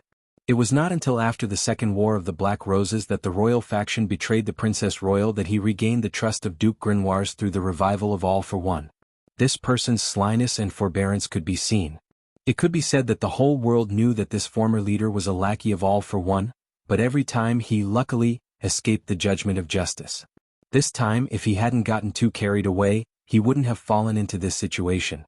But even so, he had arranged a way out for himself. Even if he was stripped of his noble status again, at least the wealth stolen from Braggs would be enough for him to enjoy his old age. Besides, the nobles might not completely give up. There would always be a day when they would rise from the ashes. He could wait. He took a last look at the city that once belonged to him with some regret. Then he followed the attendant and left the castle's rooftop. But just as he entered the hall, the attendant let out a scream and fell on his back. Medsk stared dumbfounded at the middle-aged man who suddenly appeared in front of him with a crossbow in his hand and the trembling arrow in his attendant's throat. It was a middle-aged man who was extremely down and out. His hair was disheveled and his face was covered with dust, but only a pair of eyes were still shining. Although the style of a noble could still be seen on his clothes, they had long been tattered and dirty, as if they were picked up from the garbage dump. But it was such a person who was smiling politely at Medsk. Then, from the door behind him, two people walked out. Medsk was shocked to recognize one of them. It was a low-level member of Braggs's noble parliament. He remembered that this person was called Harbuch. It was said that he had a son who was serving in the White Lion Legion and was quite trusted by the princess. And it was such a person who was usually cowardly, careful, and did not offend anyone, who was now holding a bloody long sword and looking at him coldly. And the other person, whom Medsk did not recognize, made him even more afraid. The reason for that was because this man, who was dressed as a knight and had an ordinary appearance, was currently holding a long sword and wearing an exquisite badge on his body. On that badge there was a candle flame that was shining brightly. It was a candlelight badge. In the whole of Erewhon there was only one of it. "Scott, thank you for bringing us here," the middle-aged man said to the knight with a smile, his tone full of respect. "If you don't mind, I will take over your duties." The knight glanced at Medsk and nodded silently. "Oberway." Medsk's voice was a little hoarse. Why do you have to kill me? You killed me and imprisoned me here. Do you think that I don't intend to take revenge?" Oberway looked at him coldly. "You joined the All for One and sold the information of Butchie to Madara. Do you think that no one knows about it? And the betrayal 30 years ago, do you really think that no one will remember it? But I am a noble, you can't. Noble, you are just a lackey of the All for One." Medsk's eyes widened. He opened his mouth and suddenly roared. He pulled out his long sword and slashed at the two of them. But before Oberway could make a move, Medsk saw a long sword piercing his chest. The funny thing was, he did not even have time to see when the sword was pulled out. He made a gurgling sound in his throat and trembled as he knelt down. "You actually dared to attack the son of a sword saint," Oberwei said sarcastically. At least before you die, I admire your courage, old man. Medsk fell to the ground. Scott then pulled back his sword. Oberwei looked at him and said sincerely, I haven't seen you for many years, but your swordsmanship hasn't deteriorated at all. But the man just shook his head silently. In the evening, Princess Griffin finally saw the head of the silver-winged cavalry commander who died with his eyes wide open. But she did not even look at it. She just turned around and handed the note in her hand to Oberwei. My grandfather committed suicide, and the Viro family has surrendered to the Highland Knight of Karsuk. They hope to be protected by me. What do you think, Your Highness? Griffin closed her mouth. She did not know what kind of thoughts she should have in her heart. Was she happy? But not necessarily. After all, he was her grandfather. Maybe she was sad, but maybe she was not. She shook her head gently. I am not bloodthirsty, but those who participated in the rebellion must be punished. As for the innocent, invite Miss Eugenie to represent the Viro family as a member of the Parliament of Nobles. The Parliament of Nobles? Is it the new Parliament of Nobles? Oberwei looked up and asked. Yes, the nobles of Erewhon will be reborn in this war and lead the country with a new attitude. There is no need to leave the old things behind. Griffin laughed self-deprecatingly. At first, I wanted to promise you an earl's land, but now it seems that I will have to break my promise. Oberwei was concerned about this and shook his head. These are not my pursuits. Although it may be a little pretentious to say this, but compared to your knight, it is nothing. But at least I am glad that some people are blinded by profit and greed, but there are always people who have not joined them. Teacher, you are one of them. Oberwei smiled proudly. Griffin looked at him and asked, Teacher, I would like to invite you to be the first speaker of the Parliament of Erewhon. When the lone wolf of Erewhon heard this question, he looked at the sunset in the distance with some emotion. He was silent for a while before giving the answer to this question. There should be a more suitable candidate for this position, he said. Whether it is the eldest son of the king or Brando, they are more suitable than me. My brother is indeed the hero of Erewhon. Oberwei was a little surprised that Her Highness deliberately avoided that person. But Griffin only raised her head and gazed calmly at the stars that rose faintly in the east. She had finally realized her dream and re-established the faith of this kingdom. But at this moment, she found that she did not feel much joy in her heart. It turned out that she had lost more because of this. Chapter 1522. The purple sea was disappearing from the valley. The herald stared blankly in that direction. After a while, he turned around and said in disbelief, They are retreating from the first line of defense, Sir Legion Commander. Veronica watched the scene calmly. In the valley, Vahina lifted her helmet and flung her long golden hair. Her entire body was drenched in sweat. She threw her helmet far away and raised the knight's sword in her hand. She shouted hysterically into the distance. We won. Tears welled up in his eyes. Beside her, the knights were already cheering. Everyone was cheering. A gentle breeze blew across Alkash Valley like a gentle hand. Broken flags, corpses, and blood were scattered all over the place between the rocks.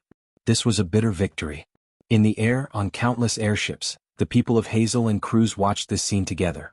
This was the first time in 3 months that the crystal cluster had retreated. Its significance was self-evident.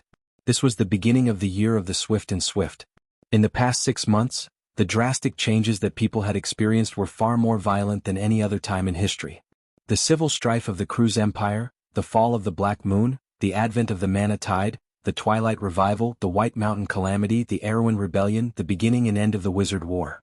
In the end, however, Wond emerged from a series of complicated events. With the end of the Wizard War as the backdrop, and the Bugas publicly bowing their heads, Saint Tassol and Madara finally moved towards an alliance. In the pitch-black darkness, people finally saw a glimmer of light. That was perhaps the darkest moment of the past before dawn. The joint fleet of the Hazel and Kurlutz crossed more than half of the White Plains, writing a perfect full stop at the end of the battle. In the year of the sword, Bahamut fell outside the city of Canebell. The Lion men who had rejoined the Sacred Covenant, abandoned their former enmity and helped their former enemy, the Erewhon Empire, quell the rebellion in the Battle of Corvado. After the fall of the Sassard Alliance, the 9 Phoenixes and the Bugas began to clean up the remnants of the Twilight Dragon in the Great Plains of the East, the bloodthirsty wasteland centaurs. Once the war on the Eastern Front was over, it was foreseeable that the re-establishment of the Sacred Covenant would be imminent. Silver Bay sent out a second coalition army.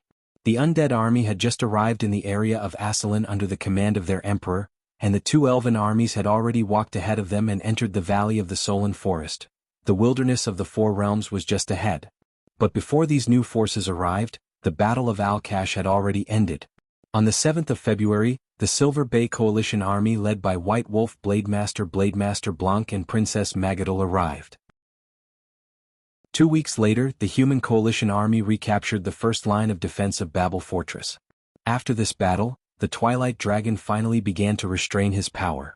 Perhaps after the Sassard conspiracy was thwarted, the Lord of Chaos was tired of repeatedly wasting his power in one place. But retracting his fist was only for the next attack to be more powerful. In many areas, especially in Silver Bay, people celebrated this miraculous victory. But for more human and elven leaders, it was becoming clearer and clearer that this was not the end. It was apparent that the victory of this battle wasn't the end of everything. On the contrary, it might just be the beginning of this long war. What followed next would no longer be schemes and tricks, but true bloodshed and slaughter. The time seemed to be getting closer and closer. A new round of the Wilderness of the Four Realms was already in preparation. This time, the Kurluts chose Mankator as the venue for the meeting. This place was called the Holy White in the language of the Myernas in the past. It was once the place where a sacred oath in the War of the Holy Saints was concluded. It was located at the old site of the Holy White Conference in the middle of the Wilderness of the Four Territories. The hidden meaning of choosing such a place was, in fact, known to all. The states of Silver Bay, the people of Hazel, the people of Fanzan, the people of Buga, the people of Nine Phoenixes, and even the wild elves of Eloranta and the druids of the Ring of Sky had already responded to the call of this covenant, not to mention other countries and forces of different sizes. The four holy cathedrals once again came together, and the scene of 1,000 years ago reappeared at this moment. And far away in the mountains north of Erwin, an army of dwarves was also crossing the snow-capped mountains. Their destination had long been determined. In the King's Valley of Balta. The snowstorm for a week had stopped on this plateau. This would be the last heavy snow of this winter. After the heavy snow, under the cover of snow, the mountains and forests were already preparing for the coming season of vitality. Everything was waiting for the snow and ice to melt, and the spring of the year of the Swift would announce its return. That would be the hope of the revival of all things. But at this moment in the snow-capped valley, it was a different scene. The knights of the White Lion Legion were lined up in rows, looking up. Behind the rows of flags, there were restless multi-headed lizards. At the feet of these giant beasts, the archers of the tree elves were comforting their huge companions. Commander Finney was pacing around the neat centaurs, looking at the sky with a bored expression. The silver fleets from Trendheim were entering the valley one by one, shining brightly. Then the figures of the Valkyries appeared in the sky, and when the Pegasus burning with gray-white flames flew over the valley, cheers and shouts of joy could be heard. Following closely behind them were the Wyvern Knight and the few Griffin Knights. The knights held the flag of Erwin high, the silver war flag fluttering in the wind, causing the atmosphere in the valley to reach a climax. The cheers shook the snow and ice on the treetops in the distance, falling into the stream below. The floating ice floated on the water, spinning and disappearing into the distance. At the end of the stream was the warm south of the kingdom. In those places, spring was already in full swing. But suddenly, a few figures appeared in the temple in the middle of the valley. One of them was small, but the figure seemed to gather the hearts and strength of the entire kingdom. The valley suddenly quieted down. Only the sound of breathing could be heard. Everyone raised their heads, waiting for their commander, their king. In the whistling cold wind, Haruz breathed out white air, blinking slowly, looking at the entire valley. He gathered his cloak, which was very inconsistent with his height. The long cloak dragged on the marble floor, golden red in color, and the white cotton was like a cloud. He seemed to be a little too weak, almost not like a king but more like a princess, a somewhat thin and beautiful little girl. But he was firm enough, reminding people of the equally brave Princess Phosha. The cloak was like a silent agreement, to bear the burden of the future heir of the kingdom. For the past 100 years, the kings of Corvado had chosen to take the throne in Winterclaw Castle. There they would receive the scepter and crown symbolizing the king from the bishop of the Holy Cathedral of Fire, and become the true ruler of the land. But today there was something special. The crowd slowly separated.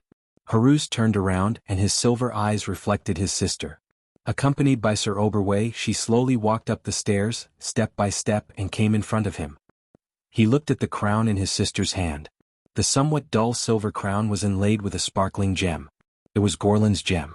It was once born in the hands of a hero, and witnessed the birth of another hero. When people found it from the ruins of the lighthouse, the brilliance of the gem was not damaged at all, as if nothing in the past could leave any trace on it. Just like the loyalty and unyielding of this ancient kingdom, it also represented the indomitable courage of the people of Erewhon. Haruz looked up, his silver eyes were a little watery, and he silently looked at his sister. "Are you ready?" At this important moment, Griffin was a little distracted. She held the crown and asked softly. Haruz nodded seriously. A ceremonial officer came up and handed the ruby scepter and golden apple to him. Haruz held the two symbols that symbolized royalty and power, and looked up slightly nervously. Princess Griffin looked at him and said seriously, "From today onwards, you will inherit the will of the kings of Erewhon and become the new master of this land. But it is not only rule but more responsibility. The oath that the late King Eric made under his sword was to protect this land." "Haruz," she asked again, "are you ready to lead this kingdom forward?" Haruz was silent. He felt a little regretful that on this important occasion, the most important person to him was not here. Compared to taking on this responsibility, he wanted to be recognized by his teacher more. In his mind, only that person was the eternal hero. Without him, where would he and his sister be? But when he thought of his teacher's expectation of him, Haruz's heart became firm again, and he nodded solemnly, "I am ready, sister." "Make the oath." "From this moment on, I will be the king of Erewhon, but also the courage of Erewhon. I swear that I will stand in front of everyone and protect this ancient kingdom until the end of my life." Princess Griffin nodded, and she looked at Wolf Knight. Oberway took a step forward, looked at Haruz and said, "Your life is still long, my king, but the oath will last forever. Remember, if one day you forget today's oath, not only will the Lionheart sword leave you, but every Erewhon will call you a traitor." "I will never betray you, Oberway. I hope to see this day." Oberway raised the Lionheart sword in his hand. There were shallow cracks on the bright blade, but it was no longer a symbol of a sword. It was the power given to the king by the nobles and the people. He put the sword on Haruz's shoulder and gently gave it to the young king.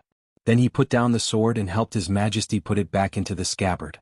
At that moment, a young lady in the crowd quietly watched this scene. She felt a little pity in her heart, but she was also filled with relief. Wolf Knight took a step back and let Princess Griffin come to her brother. Princess Griffin held the crown in her hand and carefully placed it on Haruz's head. The little prince lowered his head slightly to bear the weight of the crown. Griffin said with a little sternness, "Remember this moment, Haruz, this will be the last time you bow your head. From today onwards you are the king of this kingdom. You are the symbol of courage of all Erewhon. Don't let this ancient kingdom lose its backbone." "I remember, sister." The crown was gently placed on his head. Haruz also raised his head at the same time. The whole valley was silent. This was a scene that many people had been looking forward to. How much blood and tears had been paid for the rebirth of this kingdom. 3 days ago, the last noble of Erewhon, the Earl of Grey Mountain, voluntarily handed over his power. He also allowed his daughter, Edney, to join the House of Nobles and become a noble member of Parliament. A month ago, the disheartened Grand Duke Anthony announced that he would live in seclusion with his great-granddaughter and return his fief to the royal family. Then Grand Duke Karsuk was also willing to accept the royal family's invitation and go to the high official's residence in Corvado. With the support of the Cataloso family, the Highland Knight had completely turned to the royal family and accepted the incorporation of the White Lion Legion, becoming a military force that truly belonged to Erewhon. In the harsh winter of the Year of the Sword, all the nobles who participated in the rebellion got what they deserved. All the nobles who participated in the collusion with All for One or had an affair with the Sassalds were still hanging on the gallows outside Ampere-Seal.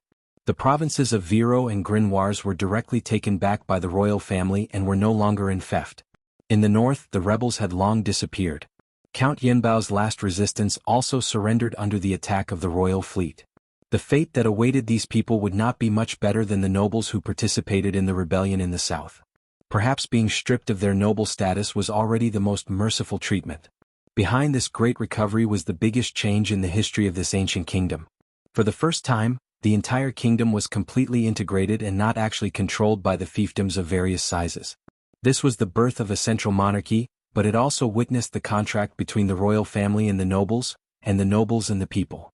In the future, this might be a country that belonged to all Erewhon people. Just as Brando described in the letter.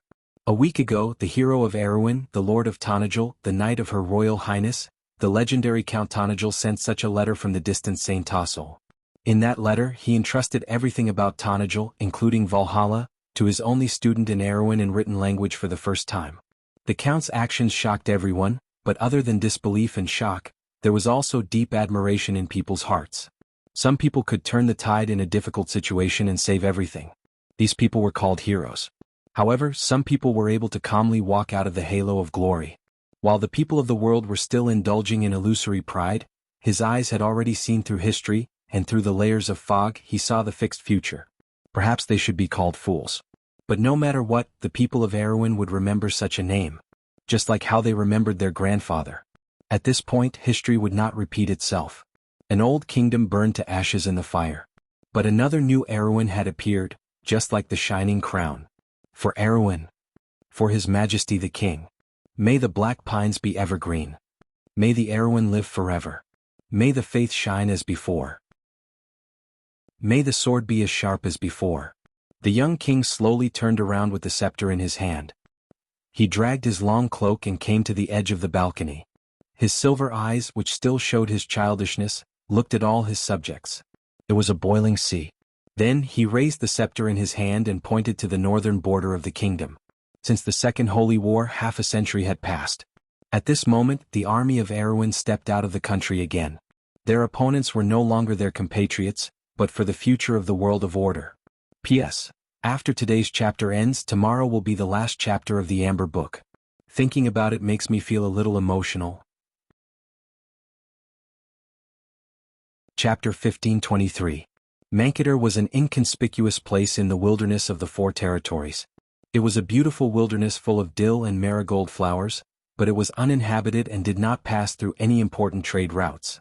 The wilderness was located on an unknown piece of land. Occasionally, travelers who passed by this place would discover that the sky was high and the clouds were vast. There would always be a lone sacred white stone tablet standing on the horizon. And that was the Holy White Monument. A period of history that was known to the world had built up its reputation. More than 1,000 years ago, the four sages, Flame King Gretel, Wind Queen Saint Tassel, Holy Saint Fanzan, and Earth Sage Alanta led their people here to sign a sacred oath with the Silver Elves, Bugas, Mountain Dwarves, Hazel, Lionmen, and Dragons. They carved their oath on the monument, and in the flames of war that lasted for 100 years, they finally ended the dark reign of the Myrnas. Although the Mountain Dwarves, Lionmen, and Hazel withdrew from the covenant one after another, it did not detract from the glory of the Holy Alliance itself. People even compared it to the oath that the people of Order had sworn to fight against the Twilight in the Pale Epic. This covenant not only allowed the people of Iron to become the rulers of this world, but more importantly, it also promised hundreds of years of peace after that. Although today the covenant itself had faded a little, and the people of the future had gradually forgotten the glory and integrity of their ancestors. But at least people had not completely forgotten everything in the past. When the Twilight Dragon once again became the enemy of every person of order in this world, they once again remembered this lonely monument standing in the wilderness. Since the 4th month of the year of the Swift, there had been a succession of envoys from all over the world. The first to arrive were the people of Cruz. Other than the 2 commanders who had to stay in Babel Fortress, Cruz's envoys were also in the envoys, including Vala, the old Prime Minister, Nydeven, the Duke of Mehodafen, and Duke Ludwig. This lineup was a little too large and it made the other countries somewhat puzzled. However, considering that Flame King Gretel was the previous leader of the Sacred Alliance, the actions of the Kurlutzians were not incomprehensible. Lastly, the Wind Elves of Saint Tassel had sent out a formation that was almost equal to that of Cruz. Apart from their regent, the Lord of Lorendale, Istiville, the true crown prince of the Wind Elves, the Hunter siblings were also present. Tumen and Fanzan traveled together. Other than the Fanzan knights that were sent to the south to support Cruz, the Night Kingdom, Grecius, had sent almost the entire kingdom to the south to enter the wilderness of 4 territories. Other than participating in the war against the Dusk, the Holy Light Knights and the Supreme Judgment Knight Regiment were escorting a special envoy group into Saint Tassel. As for the item that the people of Fanzan were escorting, the Templar kept it a secret that even the commander of the Fanzan Knight Regiment in Babel Fortress did not know about it. Other than the descendants of the 3 wise ones, the envoy group of the undead of Madara was considered light. Other than the Dark Knight Regiment, there was almost no one who was particularly important. However, no one dared to underestimate the commander of the envoy group. This was because the founder of the Dark Empire, the supreme ruler of the undead, would personally lead the group. When the people of Cruz, Saint Tassol, Fanzan, and the undead of Madara arrived one after another, representatives of countries and organizations from all over the world also arrived one after another. In June, this small wilderness that was previously unknown to people was completely different. Looking down at Mankator from the sky, except for the sacred white stone tablet in the center, it was completely a white sea. There were camps, tents, and fluttering flags. A month later, on a certain morning in the month of flowing fire, the dwarf King Caliphon and his dwarf army appeared on the horizon. 3 days later, Erwin's White Lion Legion arrived. Since then, the forces of order had gathered together. There seemed to be a faint smell of midsummer in the air. The summer wind from the White Mountain blew across the grassland. Large patches of marigold flowers bowed their heads. Looking from afar, there were waves of grass of different depths. The air was filled with a sweet smell and wild bees were flying. It was the season when the flowers were at their peak. Brando stood in the middle of the grassland, quietly looking at the sacred white stone tablet in the sky. The lonely boulder had not been weathered after thousands of years. Legend had it that the oath of the 4 wise ones and the kings of the continent was engraved on the boulder. A faint light hung down from the sky, enveloping the center of the stone tablet for thousands of meters. It was like a wonderful scene. Even without getting close, Brando could feel the sacred breath in it. It was similar to the oath on the pale poem, witnessed by the Code of Tiamat. The law of this wilderness responded to the sacred agreement of the ancient kings and maintained its integrity. He had no doubt that anyone with bad intentions who approached the stone tablet would be rejected by the power of the law. It might even attract the attack of the ancient spirits. This was why this place was still intact after thousands of years. This was actually a place left behind by a saint. He looked back. Not far away, Medisha, Mephistopheles, and Andrique were still fighting, but the latter two were obviously at a disadvantage. Brando could see that the Mephistopheles and Andrique soul-stealing cards were very sharp, but the Silver Elf Princess's pure white fast attack was even more terrifying. She raised the alarm and constantly summoned a small batch of Paladin Knight, which made Andrique unable to summon the Vampire Count. And the Light-Winged Guardians were even more invincible after absorbing a large amount of mana. Even if they were occasionally torn apart by the Mephistopheles, the sky full of ornithopters under the protection of the Holy White Barrier was even more difficult to deal with than before their masters fell. The battle fell into a bitter struggle from the beginning. Medisha was not so much a planeswalker, but more like a dignified and meticulous commander commanding her Knight Legion. Once the derivative she summoned gained a foothold on the battlefield, all kinds of barriers and buff spells fell on the army, making it harder for the Mephistopheles and Andrique to resist. This scene of destruction reminded Brando of the Holy Grail Knight in the Amber Sword. Herod's Knight was relatively weak in a head-on battle, far inferior to a warrior or even a Holy Inquisitor. But once the Knight of the Holy Grail had enough time and resources, this kind of superior knight would be an invincible existence. More importantly, the Knight of the Holy Grail was the best team leader. The battlefield where he could truly display his strength should be in a team battle or even in a guild battle. The title of the strongest knight was not just for show. Brando himself was a warrior, but he liked to team up with this kind of knight the most. Unfortunately, there were very few Holy Grail knights in the Amber Sword. One reason was that the doctrine of the Knight of the Holy Grail was too strict for the players. More importantly, this kind of class was too weak in one-on-one combat. Medisha's performance made Hao Ren's eyes light up. He had to admit that Medisha's Holy Offensive deck was better than the Holy Grail Knight because it was an army in itself, and the Silver Elf Princess herself was the best commander. The power of the two combined was multiplied. It could be said that Mephistopheles and Andrique's Soul of Light and Darkness deck in a sense was not inferior to the Holy Offensive deck in a sense. The advantage of this deck was that it won through the black and white cycle and lifesteal. Its attack was strange and deadly, like an unkillable shadow. But not only did it have the ability to survive, but with the support of the lifesteal enchantment, it was more like a black wizard who was good at curses. But unfortunately, the difference in experience between the two was too far away from Medisha, and their tactics were not on the same level. When the latter summoned the legendary Archangel, the Dawn Consul, Urima, it could be said that the victory was already decided. When the last two forbidden vampire lords were reduced to ashes by Medisha's lance, the Mephistopheles finally shook his head with a bitter smile and removed the enchantment. A layer of gray light in the air shattered, and the vampires turned into bats and disappeared. "My lord, Miss Medisha is too powerful." Mephistopheles did not have blood circulation and did not sweat, but he still kept some of his habits when he was alive. He was panting subconsciously, making him look more like a weak little girl. We are no match for her. Andrea also walked over with a straight face. Her originally pale face was now as dark as a stormy cloud. Although they had not seen each other for a long time, Brando at least knew his subordinate's temper. He quickly comforted her. Indeed, your deck is more suitable for one-on-one battles. Against stronger opponents, the holy offensive is a little inadequate. In comparison, the soul of light and darkness is much better. The vampire princess glanced at him with a little surprise, and gave him a look that said, "It's good that you understand." Brando could not help but shed tears of gratitude. Mephistopheles stood at the side with a smile, as if he did not care too much about winning or losing. As long as he could be by his lord's side, it was enough to make him happy. At this time, Medisha also came down from the arena. She tied up her long hair with one hand, and her white forehead was still glistening with sweat. She put her lance aside and looked up at her lord with an extremely gentle smile. "My lord, how was it?" Brando was stunned. Medisha and Hippamera returned to Wone together with the seven-pole dragon queen, Fuchsia. It was said that they first went to Erewhon and returned to the wilderness of the Four Territories. In fact, the three of them left Erewhon later than the White Lion Legion, but because of Fuchsia's powerful strength, they arrived at Mangther one step ahead of the dwarf king, Caliphon. But this was not the key point. What made Brando a little distracted was that the little silver elf princess had changed too much after returning from the trial field. The little princess, who was still a little childish before, had now fully grown up. She was like a blooming lily with a perfect figure, a pure and flawless temperament, and a snow-white knight's attire.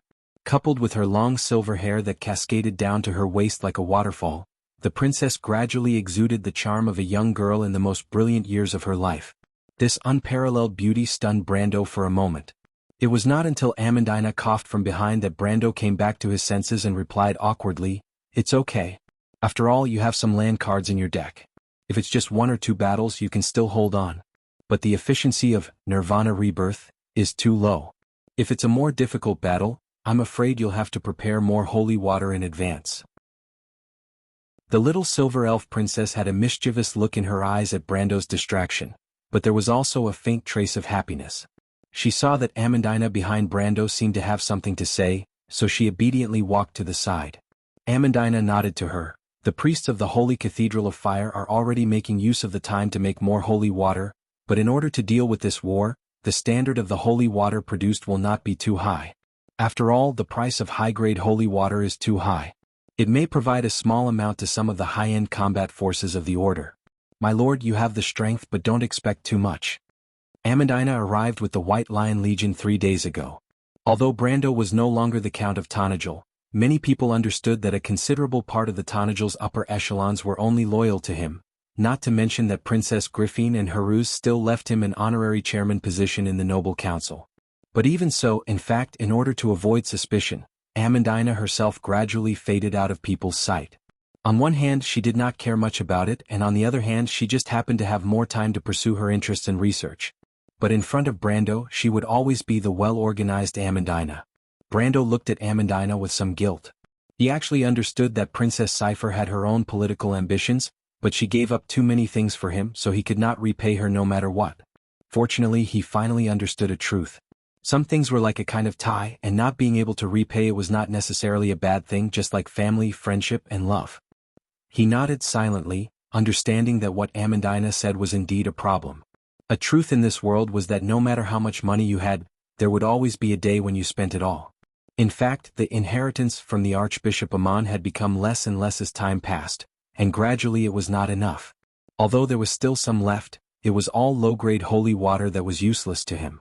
Before leaving Erewhon, he left all of it to Princess Griffine and the White Lion Legion.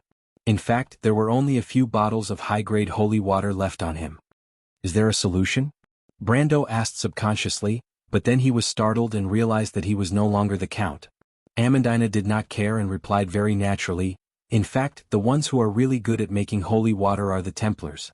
The priests of Fanzan are far more professional in this aspect than the Holy Cathedral of Fire. There are also the Druids. The Druids are also masters of potions, so it depends on the relationship between the Lord and them." The Druids were easy to deal with, Brando thought to himself. He had already received news that Sifrid would soon arrive in Mangther. Now, the little girl he saved back then was already the chosen of the goddess of the forest, and the most likely candidate for the next great druid and prophet of the Ring of the Sky. She had a lot of weight in the Ring of the World and had a lot of say. And even if this factor was ignored, in fact, because of the Battle of the Loop of Trade Winds, his reputation in the Ring of the World was still relatively high. As for the people of Fanzan, this made Brando feel a little strange. In fact, these days, the people of Fanzan had come to find him more than once, and the other party's attitude towards him was very strange. Although he was once a member of the Knights of Grecius in the Amber Sword, that had no connection to this world. But the leader of the Knights of Judgment was very close to him, which made him feel that it was a little strange. The people of Fanzan seemed to know something. But since the other party did not say anything, Brando would not easily mention this matter. He looked up at the sky. It was almost time. According to the agreement, the real meeting of the Sacred Alliance should be officially held today. Let's go back to the camp, he said.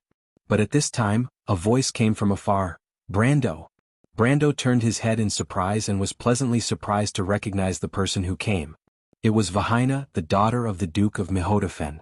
But the Vahina today made Brando slightly unable to recognize her. Chapter 1524. Vahina was dressed in a sky blue knight's uniform. Even the oversized uniform could not hide her slender figure. Her bright golden hair was neatly tied into a ponytail behind her head, and her sapphire eyes were filled with confidence and maturity. She did not look like a spoiled noble's daughter at all. Brendel was stunned when he saw the young lady's expression. Vahina seemed to be satisfied with his reaction. Her eyes narrowed into crescents as she smiled mischievously. They said you were here, and you really are here. You're looking for me? Of course. What else do you think? Vahina's tone was still a little angry. Why didn't you come looking for me these past few days? You know I'm here? Brando looked at her strangely. The meeting is about to start. Aren't you with Duke Mihodafen? Vahina's eyes widened in anger as she glared at Brando. My father told me to come. Brando looked at her and could not help but laugh. I'm sorry. I've been too busy these past few days. Besides, it's not suitable for me to meet with Cruz in private, is it? This explanation extinguished Vahina's little dissatisfaction.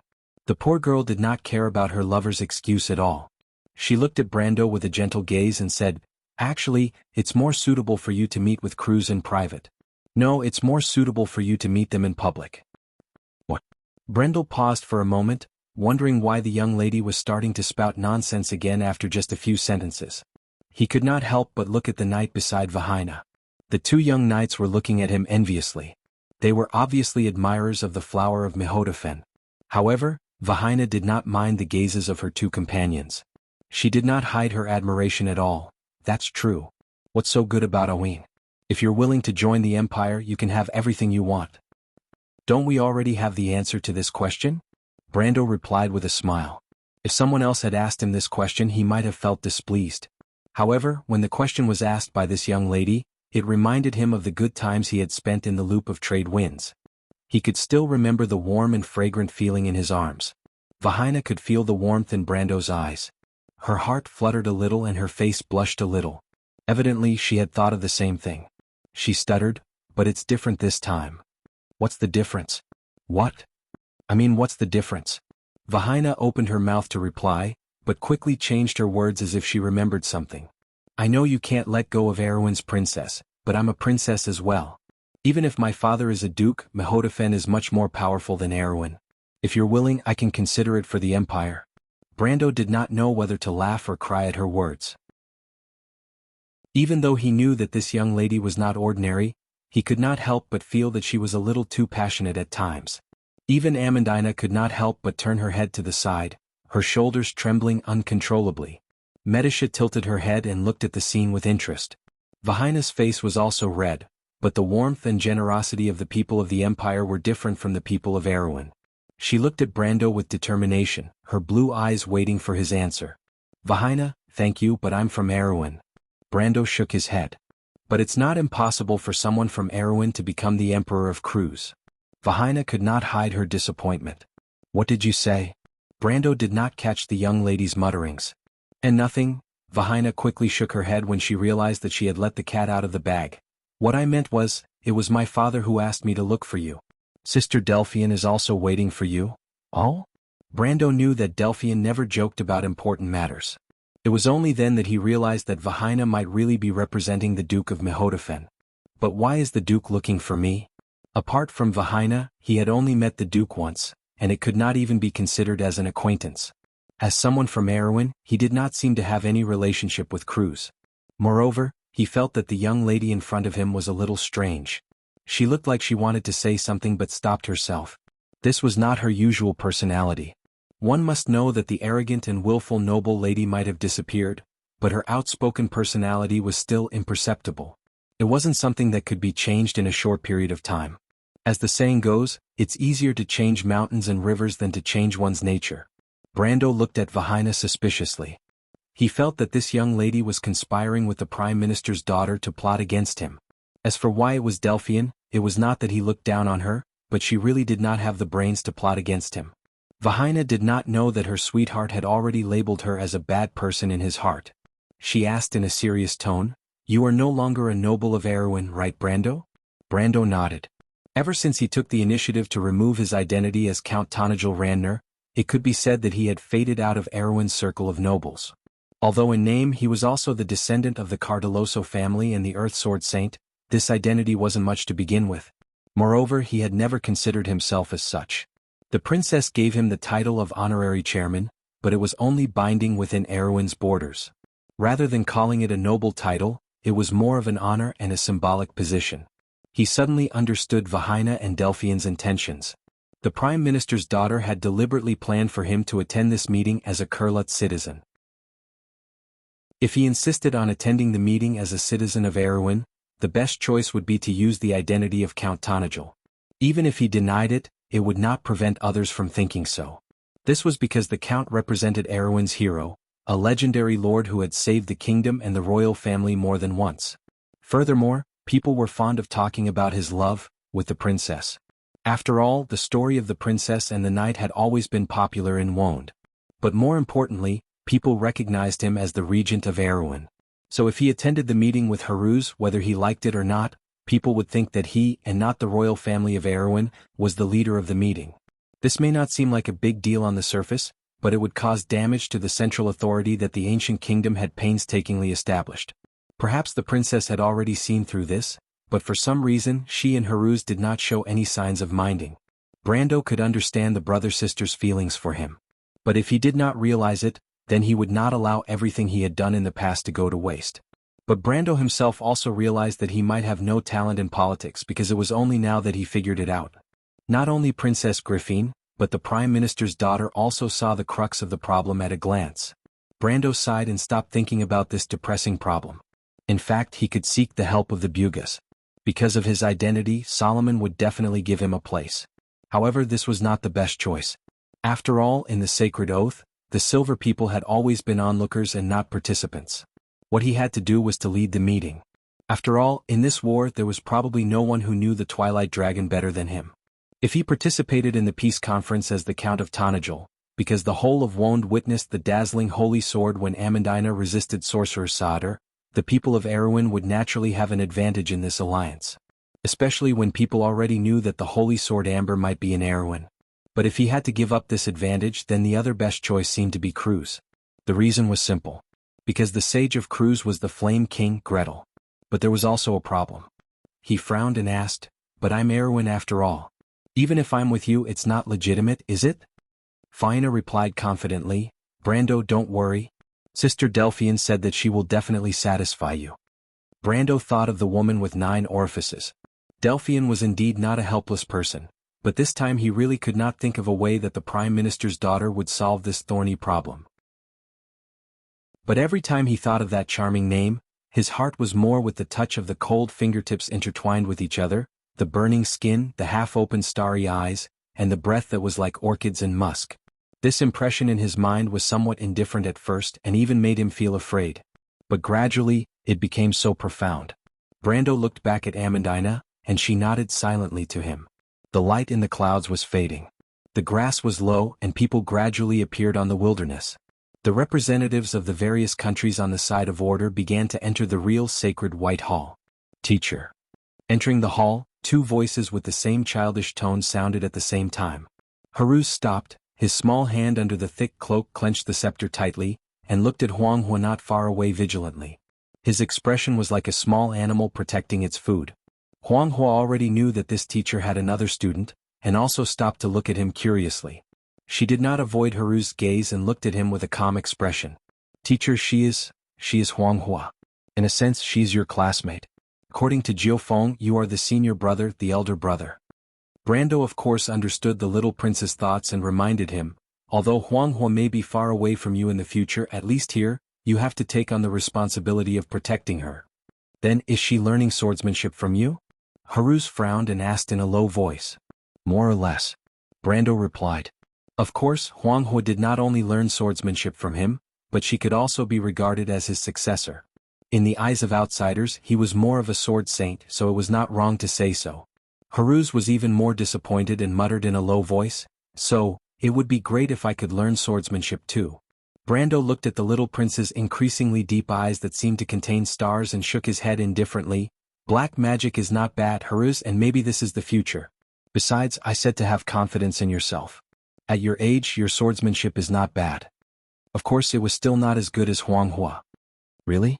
After all, Haruz was still a child.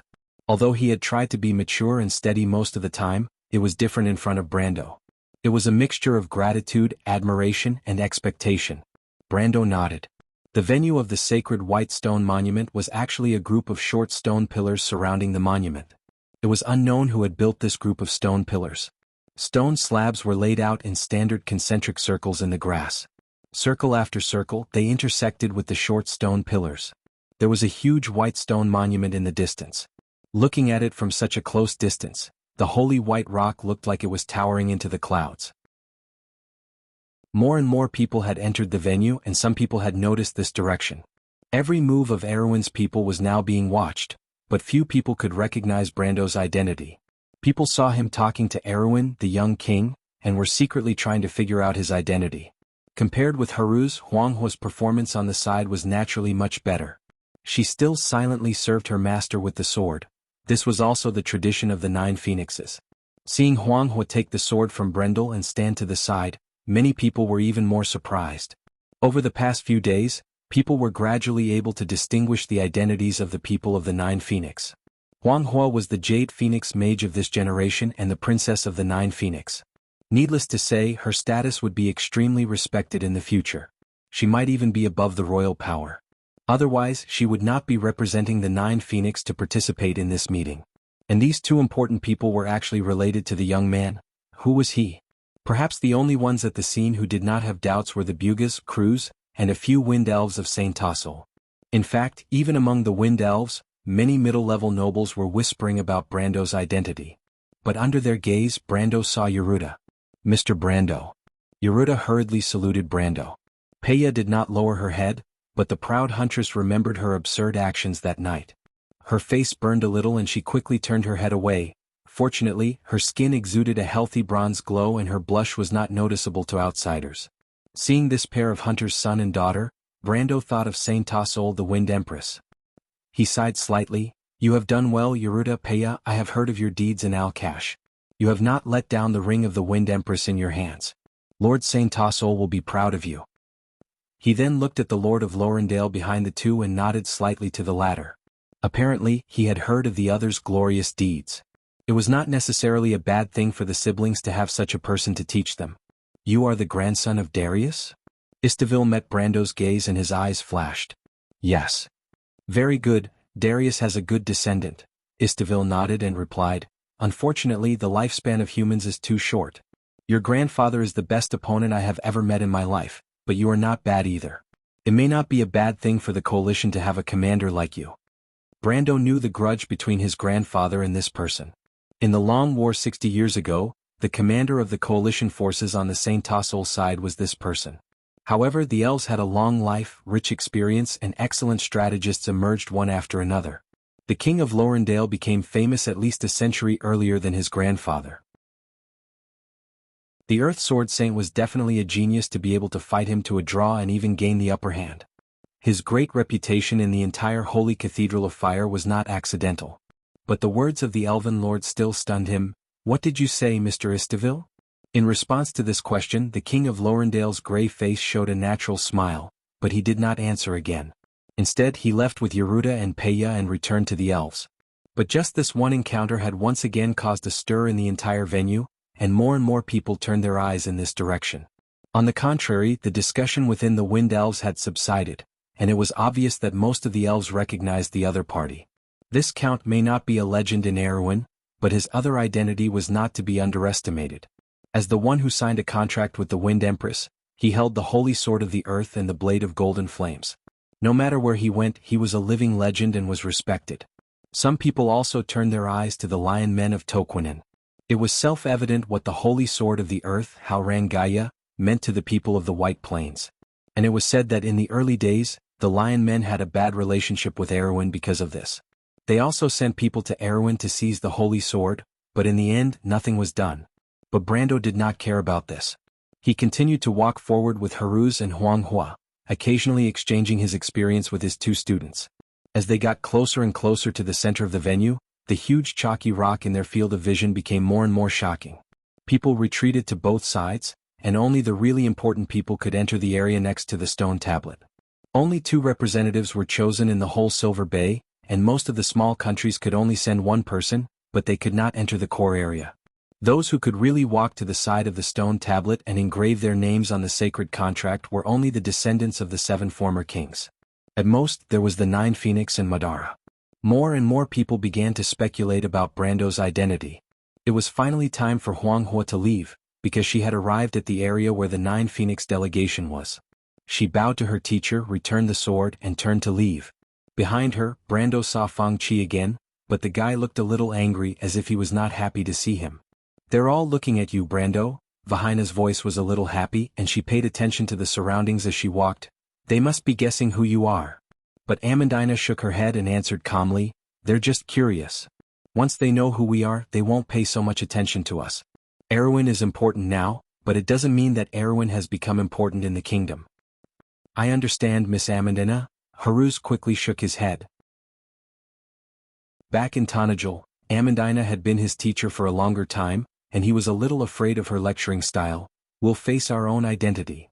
Amandina glanced at him and nodded. But Vahina could not tolerate Brando being looked down upon, not even by his own teacher. She retorted, "That's not necessarily true." Brando turned around and looked at the confident young lady with a strange expression. He was becoming more and more suspicious of her performance today. "What did Delphian say to you, Vahina?" "And nothing." Vahina was shocked and quickly shook her head. "Nothing?" "Delphian didn't want me to say, Brando." Vahina was forced into a corner and could only bitterly betray her teammate. "Anyway, you won't be disappointed, right?" "I hope so." "Are you angry, Brando?" Vahina asked carefully. Medisha giggled behind him, but she quickly blushed and covered her mouth. "Do I look like I'm that petty?"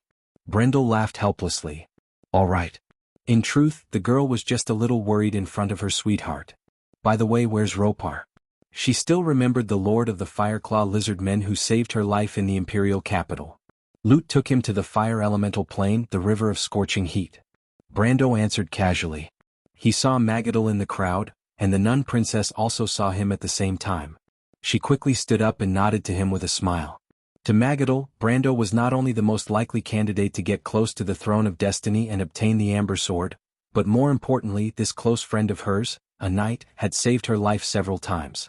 But in her heart, Brando was far more than just a simple gratitude. Fortunately, no one noticed the distant glance between the two, or else the venue would have been in an uproar. The Silver Bay states were the first to respond to the call of the Kurlets and the Sonorso Wind Elves to establish an alliance, and it was under the leadership of this Nun Princess. They had participated in the Battle of Canebell and the Battle of Alcash, and at this moment, they were already influential in this venue and were no longer a force to be ignored. "Who's Lute?" Vahina asked doubtfully. "A little fairy. They are flame fairies, creatures born from the Fire Elemental Plane. The Fire Elemental Plane is their home." Brando answered. "So the Fire Elemental Plane is also the home of the Fireclaw Lizard Men? So Ropar went home to visit his family?" Vahina's slightly naive explanation made Brando smile slightly, but he understood that the Fireclaw Lizard Men and Lute's trip might not be that easy. After the Battle of the Elemental Frontier, the 4 elemental planes had long collapsed, and the natives there had fled to the material plane. Now all that was left was a dead and distorted void. The reason why Lut and Ropar returned there was only to obtain the inheritance of the fire elemental plane.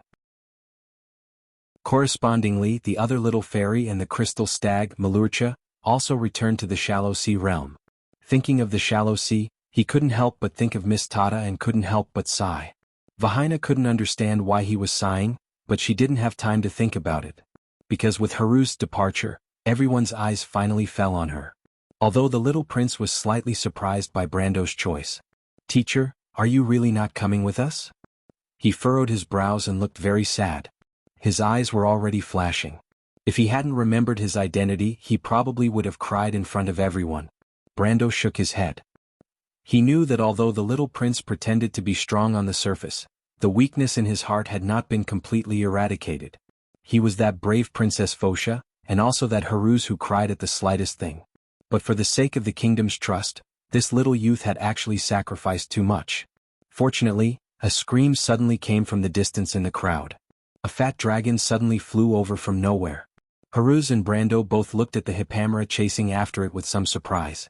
The little prince only then realized that he had lost his composure. He wiped away his tears, bowed to Brando, and then returned to his position with his attendants. So, only Medisha, the Mephistopheles siblings, Amandina, and Vahina were left by Brando's side. But they still continued to move forward. At this time, the people in the venue finally recognized Vahina. "It's the people of Cruz. Strange, is there such a young man in Cruz's representative? Is it their eldest prince? No. Look at the sword on his back dash, the blade of golden flames." The crowd suddenly fell silent. And at this moment, Brando had just stepped into the innermost ring of the sacred white monument. Lastly, the little female dragon Alaz and Flora. Every gaze had a different meaning. Some were understanding, some were happy, some were anxious, some were admiring, some were calm, some were scrutinizing, and even some were doubtful and suspicious. Brando distinguished every gaze and responded to a few of them. He looked at Dilfrey with a little surprise. He did not expect to see the Count's daughter and his captain here. Manrique was obviously very excited. He had wanted to return to Erewhon long ago, just like Breton, but the mission given to him by his lord forced him to stay and continue to protect Dilfrey. He also did not expect to see his lord in this place. Then Brando saw Alaz. The little female dragon's golden eyes did not hide her longing for him as she smiled and responded to his gaze. Finally, it was Brando. The old man nodded slightly to greet him. But Brando noticed another gaze in the crowd. That gaze made him feel a little warm. He looked in that direction and saw a pair of dreamy green eyes. The little girl looked at him with incomparable gentleness and admiration. Her gaze was so firm that it was like a hope. On the night when Castle Abes was filled with blood and fire, he personally preserved this hope. This hope was like a seed that took root and sprouted in people's hearts. Now it had broken through the soil and was about to grow into a towering tree. He smiled slightly and suddenly understood something. Perhaps he had made too many choices and taken on too many responsibilities, but as long as he remembered his initial decision, he would not regret it. Because he believed in all things righteous. He nodded to Sifrid, and the little girl's eyes seemed to suddenly light up as a satisfied smile bloomed on her face. Then Brando stopped. Raising his head to look at the huge stone tablet, he felt a faint throb in his heart. As he stood there, time seemed to flow backwards. It was the wilderness from 1,000 years ago. The wind blew the leaves and the waves splashed. The faces of everyone standing around the stone tablet were so clear and vivid. The air seemed to ripple with a sacred and solemn aura. Brando could clearly feel that there was a gaze that seemed to have transcended the shackles of time and was looking at him. He reached out his hand. There was a buzzing sound. Delphian stood in the crowd and looked at the scene with a faint smile. The sacred ring of fire in her hand at this moment emitted a dazzling light and trembled slightly in her palm. The wind rose in the grassland and the wolves in the distance howled to each other. The sound of howling rose and fell one after another. The lionmen of Toquinen stood up one by one. The tall young lion man with a shallow scar on his face held a burning ball of light in his hand. He looked at the scene with some disbelief, and then looked in the direction of the crowd. "Human, who are you?" The wind elves, Fanzin, Hazer, druids, and dwarves also stood up one by one. Although some of them had expected this, the scene still shocked them. Every ring was emitting a dazzling light, and every ring was trembling as if it was trying to break free from all restraints. That was an ancient story, the Flame King's sacred oath of the 7 precepts. And now their king had returned. Chapter 1525. Who am I? This question made Brando flinch. Was it Sophie or Brando? Was it Count Tonagel or the descendant of the sword Saint Darius? Was it the hero of the people of Erewhon or the savior chosen by Martha? Was it the fool or the king? Among these many identities, which one truly belonged to him? Brando looked at the tall holy white stone intently. The afternoon sun shone on him. Time was like flowing sand, and the sun also changed its light. The shadows on the stone wall also became vivid, like pictures, engraved with unpredictable time. It was a hero who broke the sky. A king was taking off his crown. It was the twilight of a sage. The belief of an idealist. For shadows overlapped with each other. Like changing light, they finally converged on a person. Brando stood silently in front of the stone tablet. Like layers of light feathers, they converged behind him and finally turned into nothing. Everyone looked at this scene and looked at each other. What did the crisscrossing light and shadow on the stone tablet mean? Was it an illusion or a revelation? Who was this young man, and how could he cause such a strange scene? Among the crowd, only Tuman's eyes were certain, and he nodded slightly. It was a calmness known as wisdom and foresight. It was as if the fog of the future no longer turned into heavy curtains. The flame of wisdom split a path of blood and fire from the thorns of darkness. Because he had seen the last light of dawn, he was no longer afraid and confused. Brendel felt something in his heart and turned around. One pair of eyes was young, the other pair was old. One was a student and the other was a teacher. The young one was introverted and aggressive, while the old one was calm and composed. 1,000 years of time at this moment was like a torch passed down from generation to generation. The new and the old converged with each other. Brando nodded to the old man. He did not dare to thank him for teaching him. Perhaps these were the two ends of history. Everyone who bore the responsibility would not choose to let others do it. All the illusions disappeared, and even the rings retracted their radiance. Each and every one of them returned to their original appearance in the hands of their owners. But everyone had already forgotten all of this because Brando silently turned around and looked at everyone. Who am I? Now there was an answer to this question. He looked at the lion man with clear eyes. I'm Brando. The scene was completely silent. One person's aura overwhelmed everything else. It took a while for the young lion to react, but its weakness made it a little embarrassed. It spat in a low voice. Brando? I know you're the leader of the Tonagel people, Erewhon's so-called hero? Teacher is not a so-called hero but a real hero. Haruz was the first to stand up, glaring at the lion man. That's just Erewhon's hero. The lion man shook his head.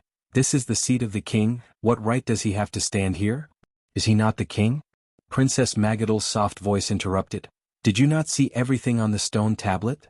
The young lion man took a step back. It did not expect that no one would support it. Even the Bugas and Silver Elves did not stop all of this from happening.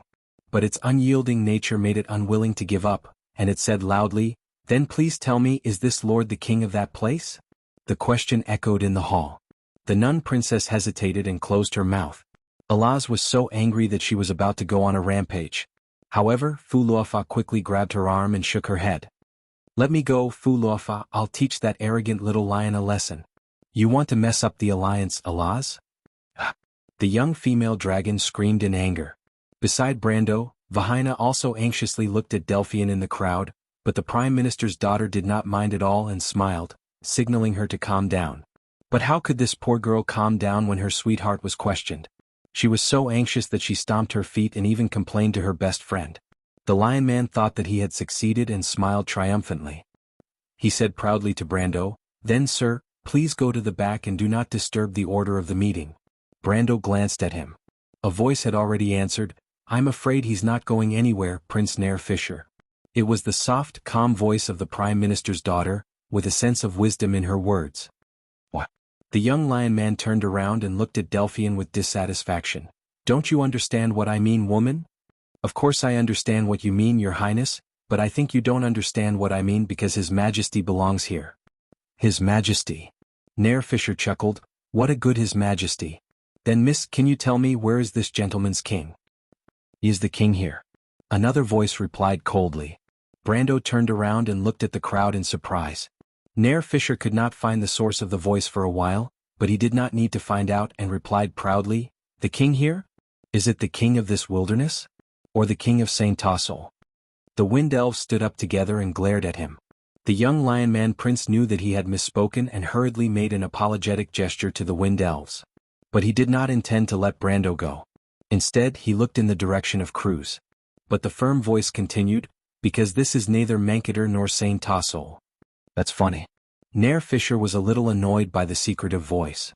"Then where is this place? Don't tell me we don't know where we are?" 2 or 3 chuckles came from the crowd. Delphian looked in that direction and also chuckled. Her smile was indifferent and proud. "Your Highness, of course you know where you are. You just didn't realize it at the moment. Our world, isn't it called Wonde? King of Wonde?" Nair Fisher showed an exaggerated expression and laughed. "How come I didn't know there was such a title in this world?" But suddenly he could not laugh anymore. Because the Lion Man Prince saw that this time, it was Cruz's turn to stand up and look at him with a gloomy expression. At that moment, Nair Fisher suddenly remembered that there was such a title in this world. It was the King of Kings, but it only once belonged to one person. That man was called Gretel, a young man from the Great Plains. He was a sage of the Kurlutz people, the first master of the holy sword Odorfice, but he was also the Flame King, the leader of the Sacred Alliance. So, only the rustling of the wind and the leaves of the grass could be heard. Everyone's eyes were focused on Brando. For the first time, people felt that the hilt of the sword behind him that reflected the sunlight was shining a little brightly. Brando also finally noticed that something was wrong. The answer Delphian gave him seemed to be a little unusual. Under everyone's gaze, he turned around to look for the Prime Minister's daughter, but the latter was hiding in the crowd with a bright smile, like a little devil who had succeeded in her scheme. This was a scene she wanted to see so much. The crowd suddenly parted and a person walked out from it. Brando looked at the owner of the voice and subconsciously took a step back. It was the eldest prince of Cruz. Lenoret was slowly walking out of the crowd. He looked around at everyone calmly, then took a crown from his attendant. This action allowed Brando to finally find the answer to the question, which was what kind of identity Delphian had arranged for him. But this identity, Brando looked at Lenoret silently, and his eyes seemed to be asking, "Why?" But the eldest prince only shook his head gently. He no longer looked at Brando but held the crown with both hands and answered loudly to everyone present. "As the Flame Holy Ring is witness, the last emperor of the empire named one person as the successor of Cruz before his death, and now the faith of the Golden Flame has not been extinguished, and the holy sword Odorfice also has this new master, so the people of Cruz will keep their promise and support him as the king. So, he will be the legal monarch of Cruz."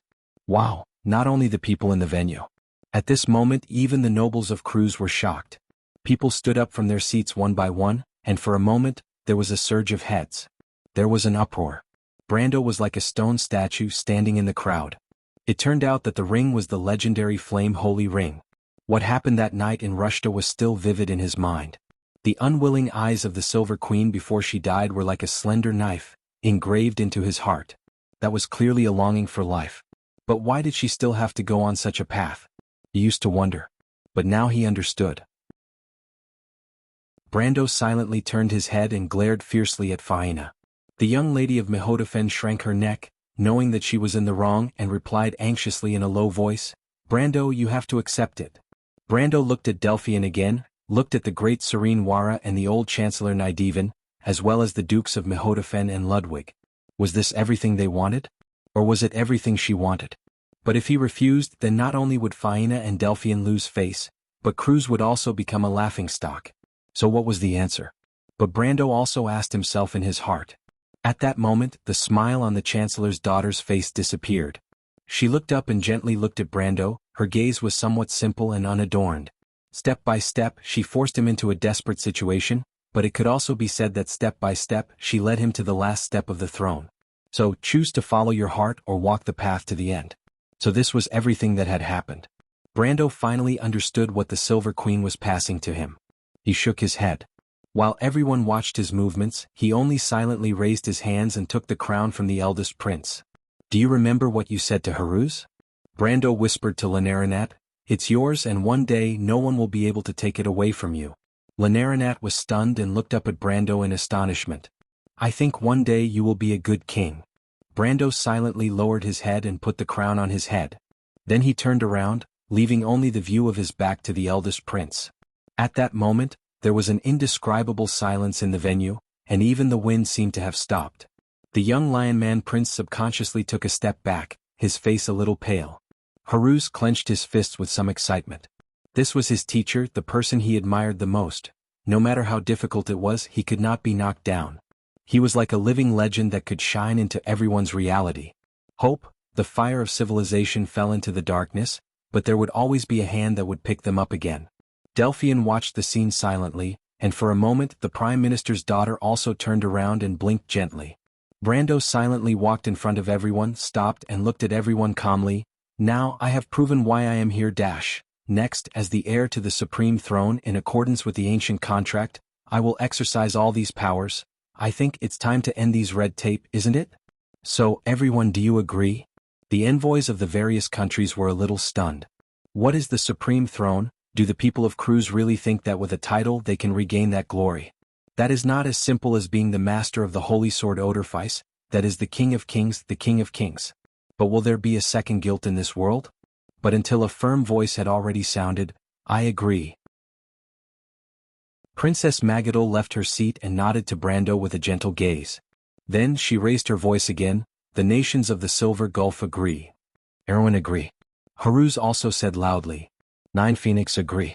Huang He replied in a calm tone. The Lord of Lorendale suddenly stood up. Where are you going, teacher? Yareth looked at him. I'm going to answer a question. Istowel's thin face had a smile on it.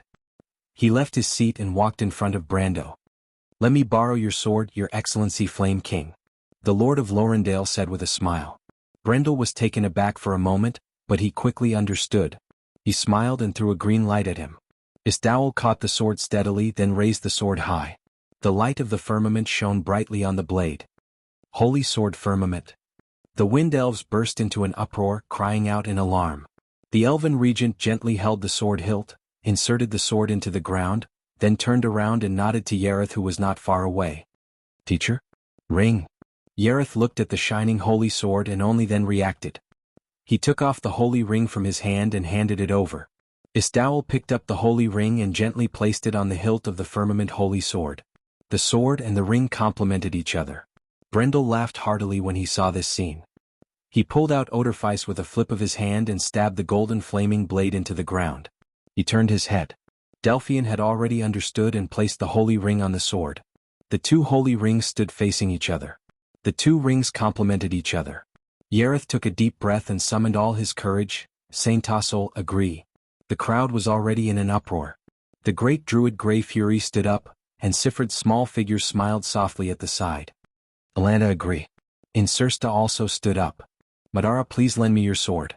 The Black Lord stood in front of Brendel and smiled faintly. My lord, I trust you have been well since we last met. Brando also smiled and nodded at him. The 2 of them sized each other up. They were of similar age and had once been opponents, but they had also fought side by side. After the trip to the Sea of the Dead Moon, fate seemed to have allowed them to become allies once again. Thank you.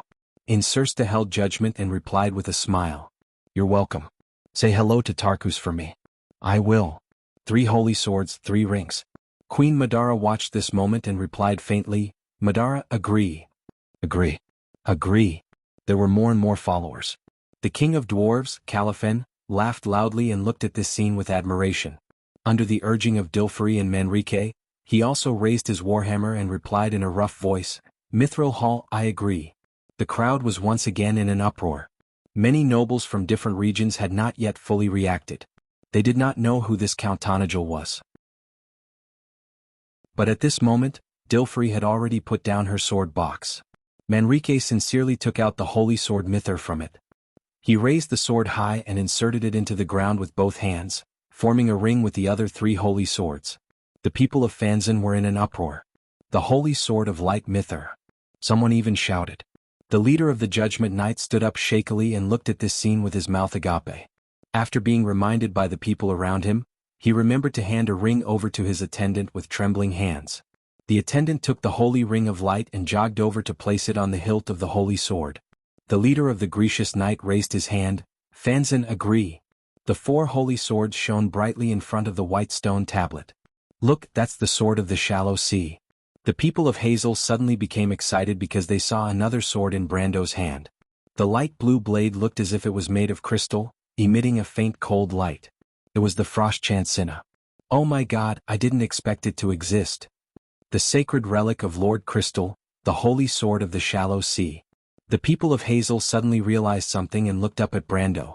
Brando also looked at the people of the knowledge dragon Crystal. He turned the sword around and said, "People of Hazel, do you still remember the promise you made 1,000 years ago? Are you willing to return to the holy contract?" "We are willing." The great prophet was the first to stand up. Brando only nodded slightly. 5 holy swords. On the sword, the sapphire of the ring of wisdom shone with an indescribably beautiful luster. At this moment, everyone finally looked at the lion beastmen of Toquinen. The lion beastmen stood up awkwardly. Of course they knew who had the holy sword of the earth, Haurangaya. But their prince, Nair Fisher, had previously made things difficult for the new Flame King. How could the other party give up this opportunity to humiliate them? Nair Fisher also clenched his fists and stood there in humiliation. He could choose to leave, but all the efforts of the Golden Mane Lion Beastmen before this would be for naught. He was full of resentment. The final step was right in front of him, but because of his own mistake, everything was in vain. The young Lion Beastman warrior looked up at Brando and was ready to bow his head. But what he saw was a pair of serious and sincere eyes. Then what about the Holy Temple of the Earth? Nair Fisher's mouth was wide open. The dwarf King Califen suddenly turned his head and looked at the allies of Toquinen. At this moment, the whole hall was so quiet that even the sound of a pin dropping could be heard. Even the outer nobles held their breath. "We." Nair Fisher's green eyes looked at the young man in disbelief, the Count Tonagel whom he had once looked down upon. "We agree." Brando gently waved his hand. And so, after 1,000 years, the Haurangaya had once again returned to the hands of the Toquinen people. The young lion beastman warrior gasped for breath, almost as if he was in an illusion. He sniffed gently, feeling the breath of the real mountain and the earth in his hand. Tears suddenly gushed out of his eyes. Nair Fisher roared to the sky. At this moment, the lion beastman warrior finally understood the taste of tears, and why the blood and tears of countless ancestors had flowed for thousands of years. And now, this heavy glory had finally returned to the hands of the Toquinen people. "The glory you deserve," Istowel said softly as he looked at the scene. "But you still have to defend it." The last sword was also erected. It was the legendary stone blade. At this point, the final map of the world of order was only missing a corner. The 6 holy swords, the slanted shadows, silently narrated like an epic. It was the accumulation of countless years, the intertwining of heroes and legends. Every sword, every master, every era, every inspiring name was reflected in the hearts of the people at this moment. When the Bugas entered the hall, the king of wizards, Solomon, dropped the hammer. The Bugas agree. At that moment, everyone understood that a new era had begun. It would be an era where mortals fought against fate, and everyone would use their courage to fight for the future of the world. But the center of all eyes was focused on the back of the young man who was not very tall. The lower corner of Count Brando's trench coat fluttered in the wind, and his wild long hair and calm demeanor at this moment became eternal like a statue. It was also the back of an era. It was also young. It was also holding a holy sword. It was also filled with conviction. It was also fearless. Chapter 1526. For the people of Cruz, especially for the nobles of Cruz, what happened in the past few days was particularly meaningful. This was a cycle of reincarnation after 1,000 years.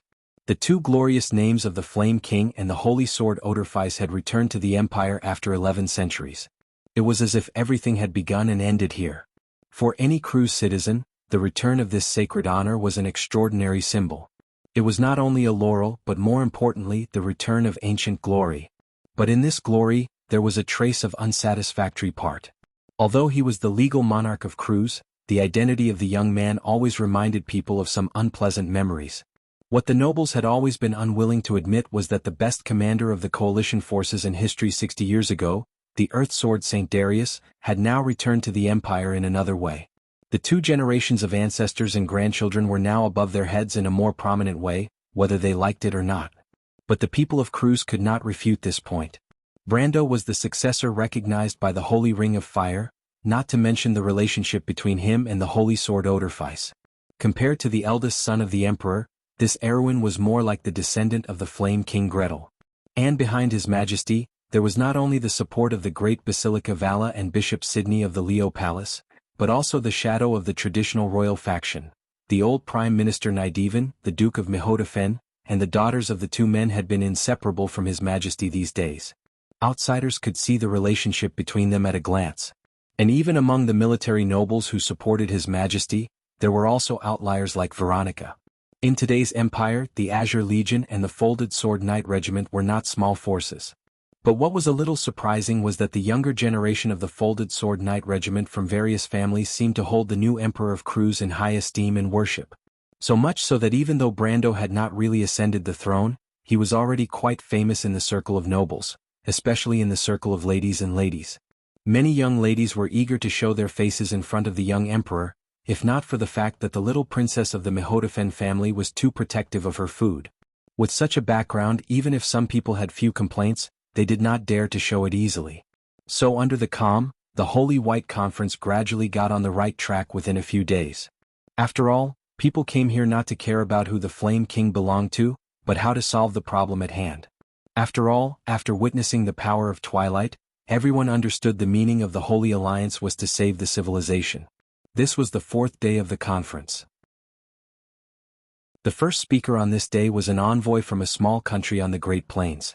Like the Banksians, these small countries bordering Saint Tassol and Nine Phoenix were more culturally influenced by the Buga people.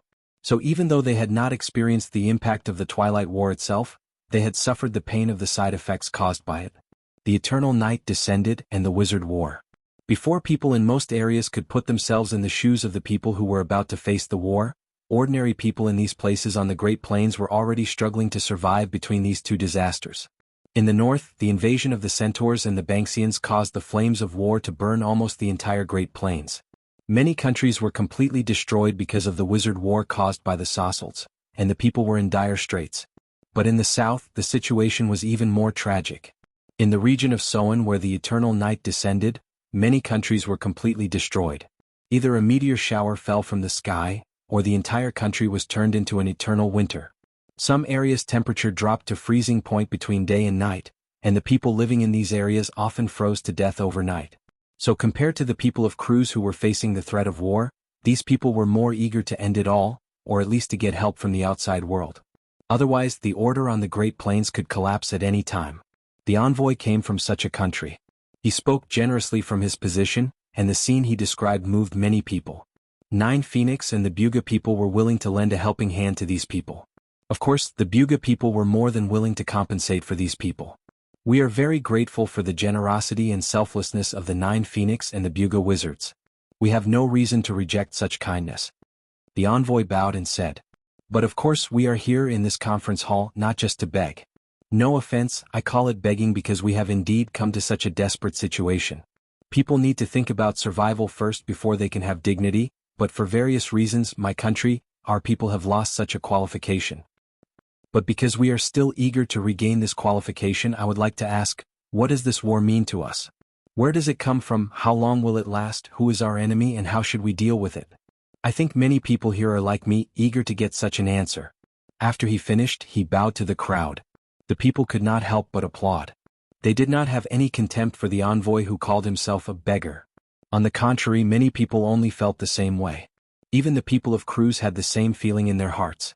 Although they had not fallen to such a situation yet, the days of living under someone else's roof were obviously not good. When the chaos began to spread, people's lives were getting fewer and fewer. An urgent hope urged them to come here, to come to Mangther. Therefore, this was the significance of such a meeting. Junior Prime Minister Nidwin stood up and replied, "I think our main threat is undoubtedly from the Twilight Dragon.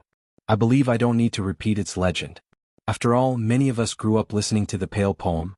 However, because of the selfless sacrifice of Sage Eloranta, the root of all evil is still sealed outside the elemental frontier.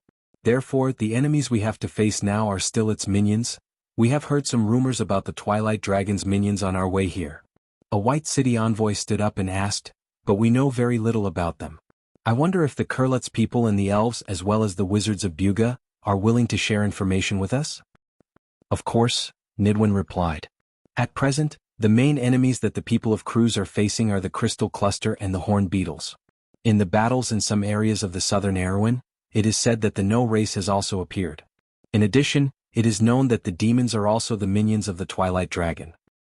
There are also the cultists and monsters." At this time a person suddenly spoke. Everyone turned around and was surprised to find that the speaker was the new Flame King who had been sitting in the center of the round table. The Emperor of the people of Cruz, Count Tonagel from the Erewhon. Brando did not mind these strange looks. He continued, "The cultists, all for one, the Silver Sky Snake, and the tree herders have been greatly damaged in several wars. They are not a threat for the time being. However, the movements in the Black Forest are still worthy of attention. The monsters originally came from the Bronze race, but they have been infected by the Twilight Dragon. They are no longer the people of the World of Order and have become our enemies." "Honorable Flame King," another person stood up and asked, "May I ask if your words are reliable? I mean the part about the monsters." Brando nodded without hesitation. If the others were only slightly aware of the strange movements of the monsters, he had no doubt about it. In history, whether it was the Calamity of Wolves or the Crystal Cluster, the monsters were the vanguard of the Mana Tide. The Twilight Dragon would not give up on such a chess piece. However, there was no doubt that not everyone believed him. In the eyes of many, the reason why Brendel was able to become the Fire King was because of his title as the Kurlutz Emperor. Legally speaking, he was the successor of the Fire King Gretel. But no one really thought about why this Awin citizen was given such a title. Of course, they also did not think about why this young man was recognized by so many people, especially the four great empires and the Bugis. The envoy who was standing looked at Brando with some hesitation. Although he did not express his doubts, it was only due respect to the emperor of an empire. Brando was very calm about the attitude of the crowd. He chose to be in this position, naturally, not to enjoy the glory and attention that it provided him. Now, the halo of the Emperor of Cruz could only provide him with some empty vanity. As the commander of the Allied army, he was different from his grandfather, Darius. He was not good at strategizing. Besides, it was impossible for Brando to really command the battle. There were many people here who were more professional than him. Brando was very clear about his advantage, and that was his foresight. In this hall, he understood more than anyone else what this war meant. Therefore, he also understood more than anyone else how he should integrate these intricate countries, organizations, and people. It was precisely because he stood higher that he could see further, understand where the end of the road was, and also know what kind of allied army one needed. The people looked at each other, and the envoy was a little embarrassed. He clearly did not believe what Brando said, but he could not directly question him. Seeing that Brando had no intention of sitting back down, he could only bite the bullet and ask, "Your Majesty, how much do you know about these minions of the Twilight Dragon?" He thought that Brando would back down, but he did not expect the latter to smile and say, "I have already talked about the cultists and monsters. I especially want to remind everyone, especially the countries close to the Black Forest, be careful of the changes in the Black Forest. Add more outposts and patrols. For Saint Tassol, the southern part of the White Mountains and the border area of the Black Forest near the Alcash Mountains are the most important. My suggestion is to dispatch 2 legions to be stationed in these 2 places. Don't worry about involving forces because it is necessary." The Wind Elves obviously disapproved of this proposal, but the Lord of Lorendale and their future crown prince did not object, especially Yeruda, who was wearing the ring of the Wind Empress, nodded slightly. The Wind Elf nobles naturally would not stand up to a regent and a future king. But the envoy was not from Saint Tassol, so he did not have to worry about these reasons. He frowned and said thoughtfully, "But Your Majesty, in fact, we are more concerned about another problem. I understand people are always full of fear of the unknown." Brando nodded in agreement. As Mr. Nydeven said earlier, the demons, the crystal, the insects, and the No are the 4 most powerful forces under the Twilight Dragon. But in fact, it is not just that. In the previous wars, the real vanguard of the Twilight Dragon is the Fenrir family, which represents the power of destruction. He paused for a moment before continuing, "Fortunately in this war, because of the betrayal of their leader, Akis, the giant wolves may not appear in the Twilight War again.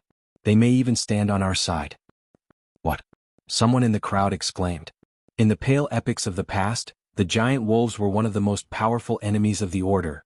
They were the incarnation of the magic moon, representing the power of destruction. In places where the giant wolves appeared, the power of Tiamat would often be suppressed to the minimum. Myths described the giant wolves devouring the sun and moon, and their results were also the most glorious among the Twilight races. Not only were the giants defeated by them, but at least 3 of the gold races were destroyed by Ekis fangs.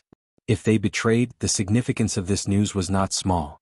The envoy was also in disbelief and subconsciously asked, "Ekis betrayed the Twilight Dragon, Your Majesty, is your words reliable?" After saying this, he realized that he had misspoken and hurriedly put an apologetic look on Cruz's side. The one who answered on behalf of Brando was a female Buga wizard leader. The one who spoke was Ajani, the Queen of Silver who represented time replied, "His Excellency the Flame King did not boast. Our news came from some special colleagues, they sent this news back from Bunasan." Witches, the people reacted. Everyone knew that witches were the attendants of the magic moon, and no one knew Ekis and his daughters better than them. The authenticity of the news was almost indisputable. But the people still had questions. But are the witches reliable? After all, witches were often seen as more negative images in the mortal world. Although this was the war of order, and except for those fanatics, everyone could be said to be colleagues and comrades, but under the traditional way of thinking, it was difficult to change a temporary concept, so it was inevitable that people would ask this question. The witches are dedicated to extracting dark magic from the chaos, just like the necromancers of Madara, so people have doubts about them. In addition, dark magic tends to infect people's hearts, causing some witches to behave differently from ordinary people, so it deepens this suspicion. But in fact, the witches have always been dedicated to fighting against the twilight. The sages have been planning this war for generations, and the witches were born at the time. Today you see Ekis' betrayal. In fact, it is not accidental, but the result of a long time of hard work. Sorcerer King Solomon suddenly opened his mouth and replied to the crowd. Two Buga wizard leaders in a row came out to explain for Brando. It was obviously a little too shocking, so much so that the people were a little stunned for a moment, and forgot to continue asking questions. The envoy bowed slightly to the two of them. "It turns out that we have always misunderstood the witches. I am enlightened, madam." But the other person immediately stood up. "What about the demons?" "The demons are just the weakest of the twilight race." Brando immediately replied. This immediately caused a burst of whispers in the crowd. The demons were the twilight race that the mortals were most familiar with, and their strength was unquestionable. Many countries were destroyed because of these terrible monsters, and humans had never even really attacked the demons' territory.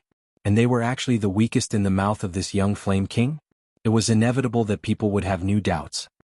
"Your Majesty, will you be responsible for your words?" the man asked unyieldingly.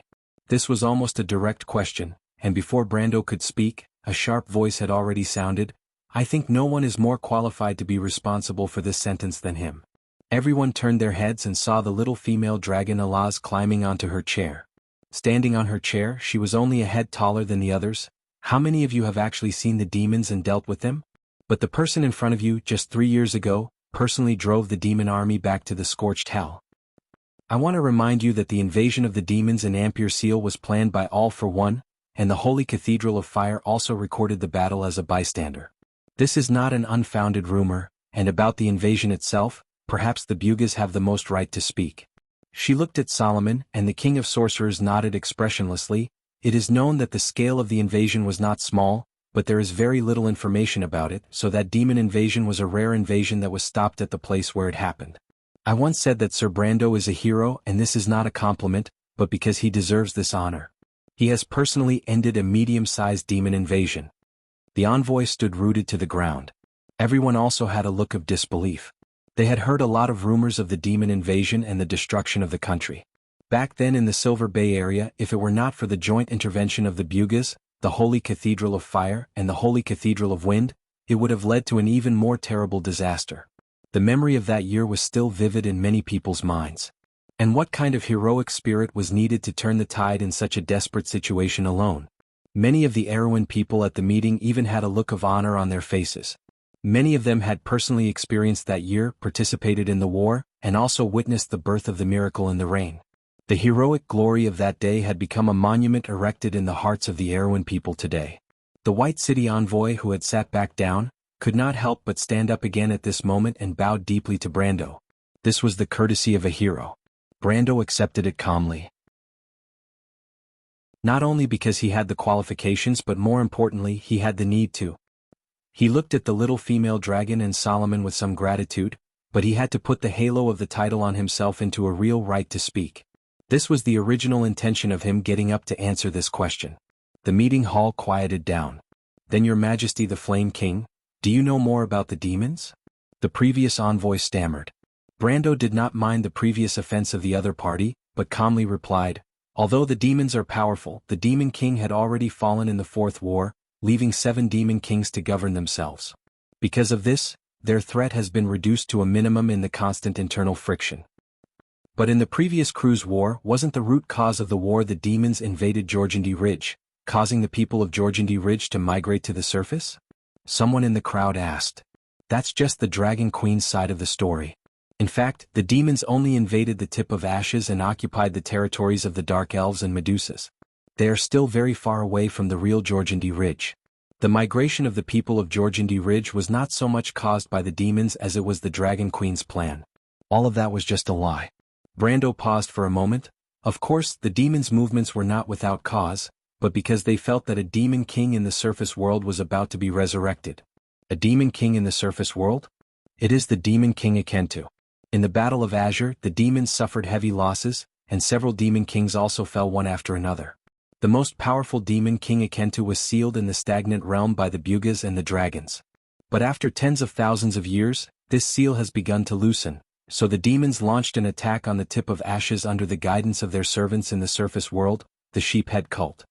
For many of the people present, this was the first time they heard of this secret, and many of them could not help but show a look of surprise. They obviously did not expect the young Flame King to be so knowledgeable. If they were not sure of his identity, many of them would have thought that this was a Bugas telling them all of this. Then what about the Demon King? If the seal has loosened, will it be a threat to us? Someone asked. This is not a concern.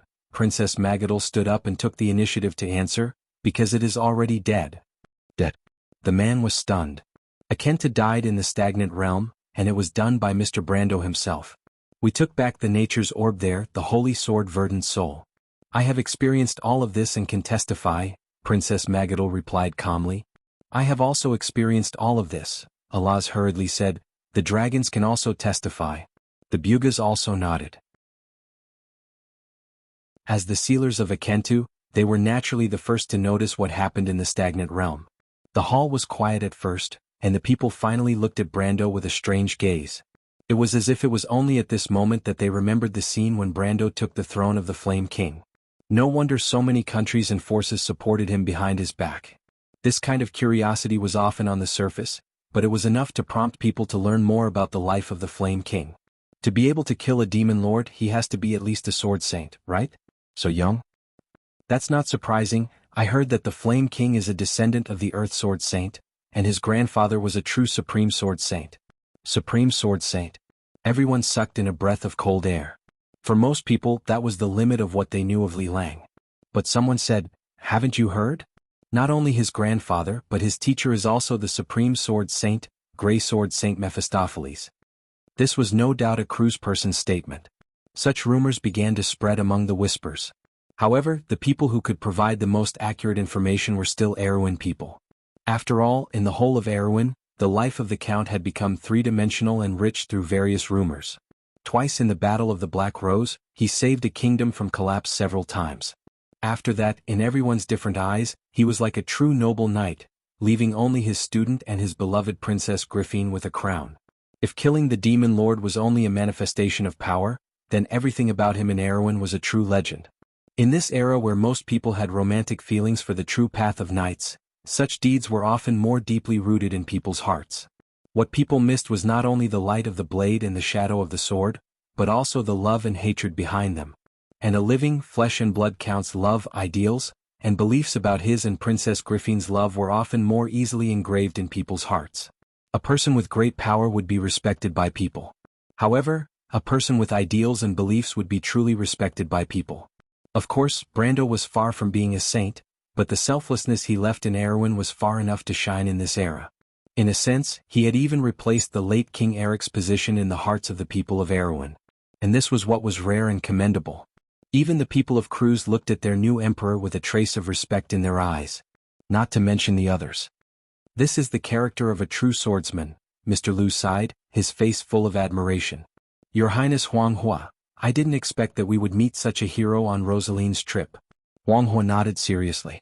In her heart, she had long believed that her teacher was the best person in the world. Beside the two of them, Fang Qi sighed heavily. He looked in the direction of Delphian and finally shook his head. Among the lion beast men of Toquinen, Nair Fisher looked at the holy sword in front of him in shame. Someone quietly came to his side and said to the Lion Prince, "Your Highness Nair, Mr. Brando's deeds are rare, but there may not be only one hero."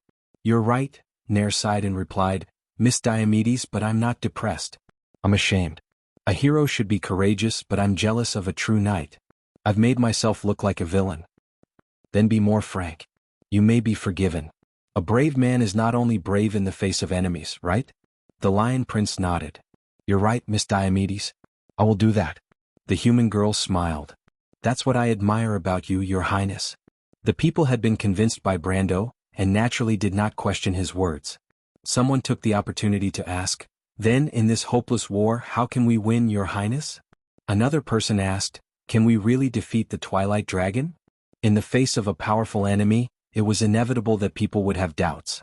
It was not that they wanted to surrender, but that they could not see any hope. However, Brando shook his head. "If the Twilight Dragon was really invincible, we wouldn't have to wait until today to take over this war. But today we're just a group of mortals," the person said. "In this era where the power of order and wand is at its weakest, how can we defeat an enemy that even Martha could not defeat?" Brando stood up. He looked at everyone. "Our world is constantly bleeding. The war with the Twilight Dragon has left us scarred. In the past we have witnessed the passing of many heroes. Like the stars that guided us in the darkness, they were extinguished bit by bit.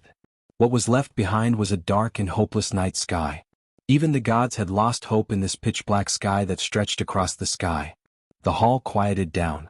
The people were attracted by Brando's actions, but they were also shocked by his words. Everyone raised their heads, wanting to see what the young Flame King had to say.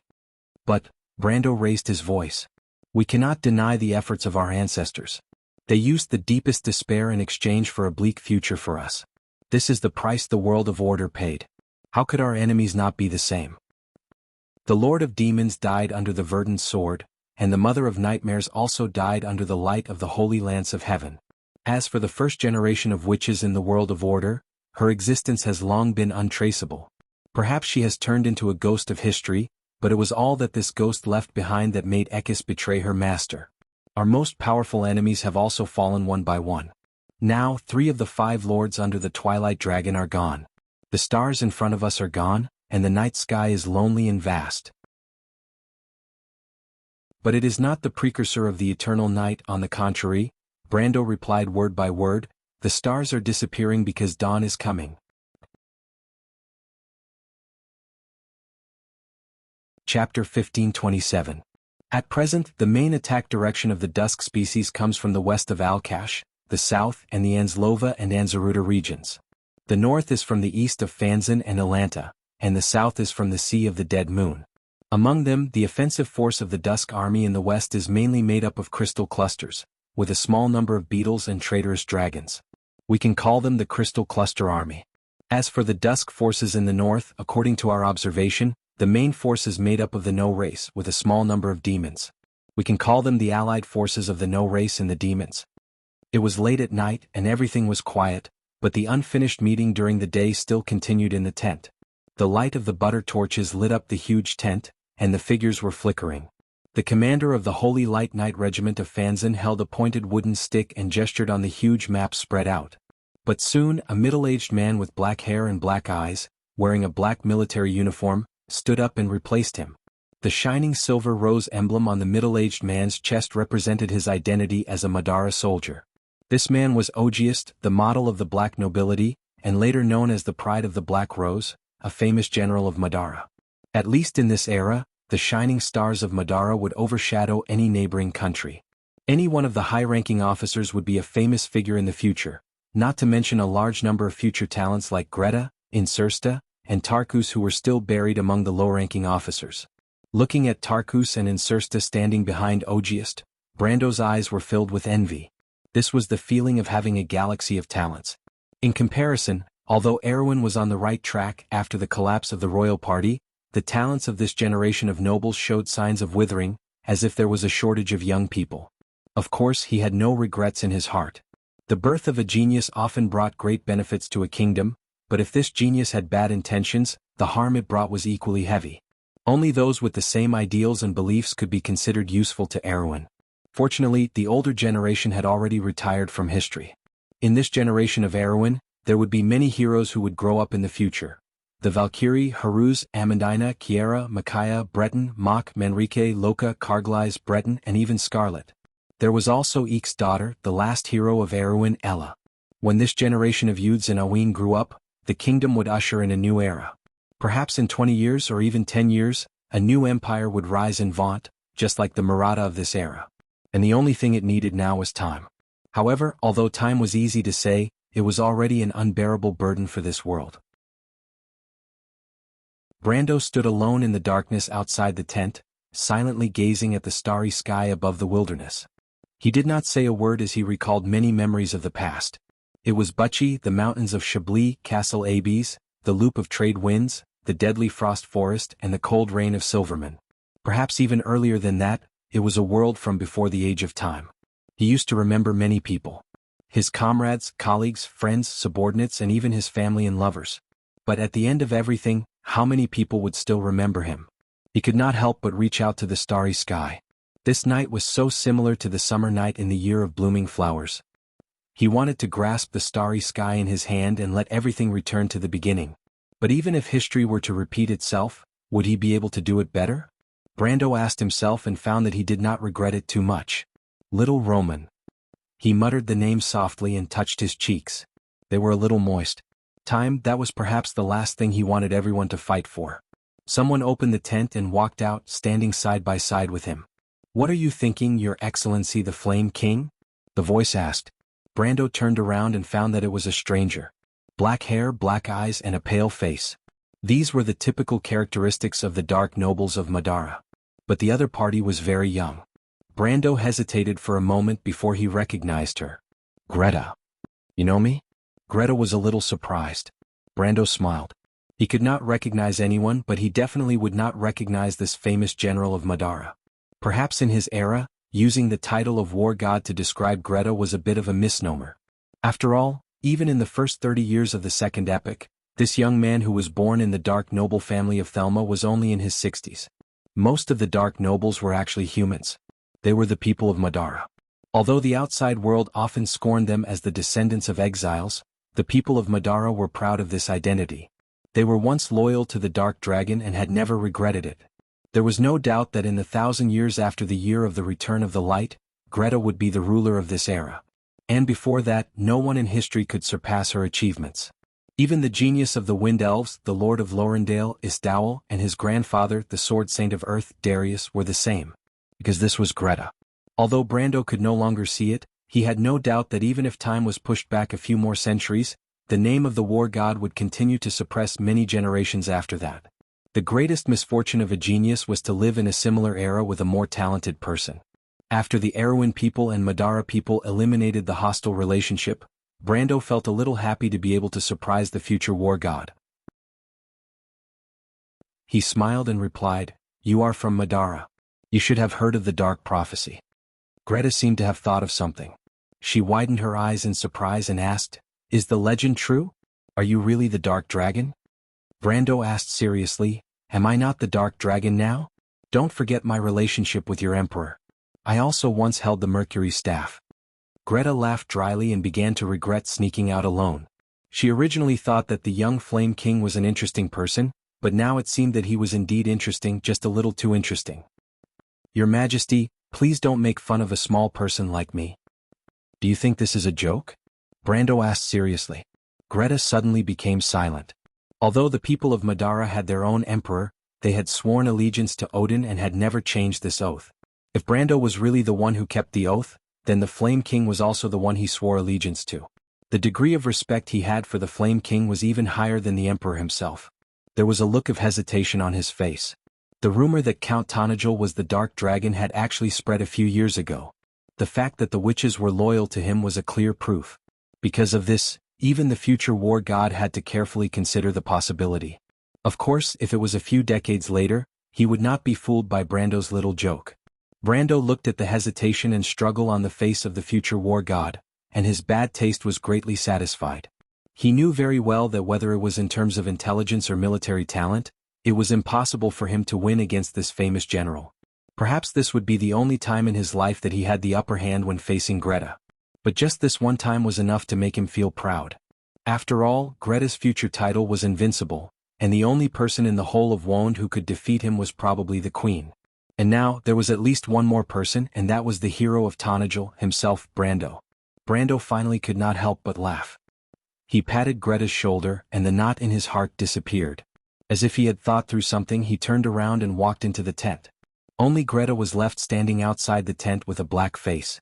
If he still did not understand that the Flame King was making fun of him, then he would not be worthy of this name. The discussion in the tent had reached an intense level. The people of Fanzan had promised to block the attack of the allied army of No and demons in the Great Glacier together with the Wild Elves. In fact, as early as the Year of the Sword, they had already built a strong defensive line in the outer area of the Great Glacier. At this moment, this defensive line was under the charge of the Elven Queen's sister, Her Highness Alcaf. Although the attacks of the No and demons were fierce, the defenders were equally tenacious and guaranteed that the claws of the Twilight Dragon would not continue south for a short period of time. But the dwarf King Caliphon scoffed at this. He came to Mankther this time to escort the Holy Sword Mither, but more importantly to bring a warning to everyone. In the War of the Holy Saints, the reason why he abandoned the Covenant and left, and even caused the Lion Men to bear 1,000 years of humiliation, was because the dwarves received a temporary warning from the Temple of the Earth during that war. The mountain god Himalud, who had been silent for a long time, suddenly sent down an oracle, ordering them to immediately leave the mortal battlefield and go outside the elemental border to participate in another war, the war to protect the dwarves' holy land, the Silver Plains. This secret was not known to the world back then, but in this era, everyone was well aware of the result of this war. The one who really brought the news of the failure of the war was Brando. After returning from the Stagnation Realm, he asked Andrea and others to spread the news of the Battle of Finhodos. Although the Lost Names, the Silver Elves and Madara's army joined forces to repel the forces of the Twilight Dragon in that battle, it was actually just a failed end to the war outside the elemental border in the past 1,000 years. In this long war, the Earth Legion was wiped out and could only exist in the physical world in the form of heroic spirits, and they ultimately failed to protect the Stagnation Realm and the elemental border. Although Brando brought back the last of the Goddess of War's guards, the Twilight Dragon also revealed the true secret of the Stagnation Realm. Fortunately, all this was just a scam set up by Odin and Martha for the Lord of Chaos. At least the Throne of Destiny did not fall into the hands of the Twilight Dragon. Shortly after the Battle of Finhodos, the dwarf King Caliphon also returned to the physical world. After experiencing the entire battle, his understanding of the war was completely different from Brando. Brando only saw the Throne of Destiny, but Caliphon obviously saw more. I have to remind you. The dwarf king slammed his warhammer on the table and said to everyone in a gruff voice, unlike what many people think, the tide of magic is just a precursor to the awakening of the Twilight Dragon, but as for the war itself, it started 1,000 years ago. Now the war around the elemental border is over, and the army of the Twilight Dragon that once defeated the Earth Legion and us, I have to regretfully tell you that they are far more prepared for this war than you think. Duke Ludwig stood up. Today he was here as the representative of the crew's army. Your Majesty Caliphon, you mean that in the previous battle, what we saw was just a small part of the power of the Twilight Dragon? And its true strength is still outside the elemental border, and we may soon see it? If only it were that simple, Caliphon sneered. How long has it been since the Battle of Finhodos in the south of the Sea of the Dead Moon? Does it take half a year to go from the elemental border to the physical world? You have to understand that the dwarves also returned to Wond from that battlefield. There is no reason for the Twilight Dragon to be slower than my dwarf army.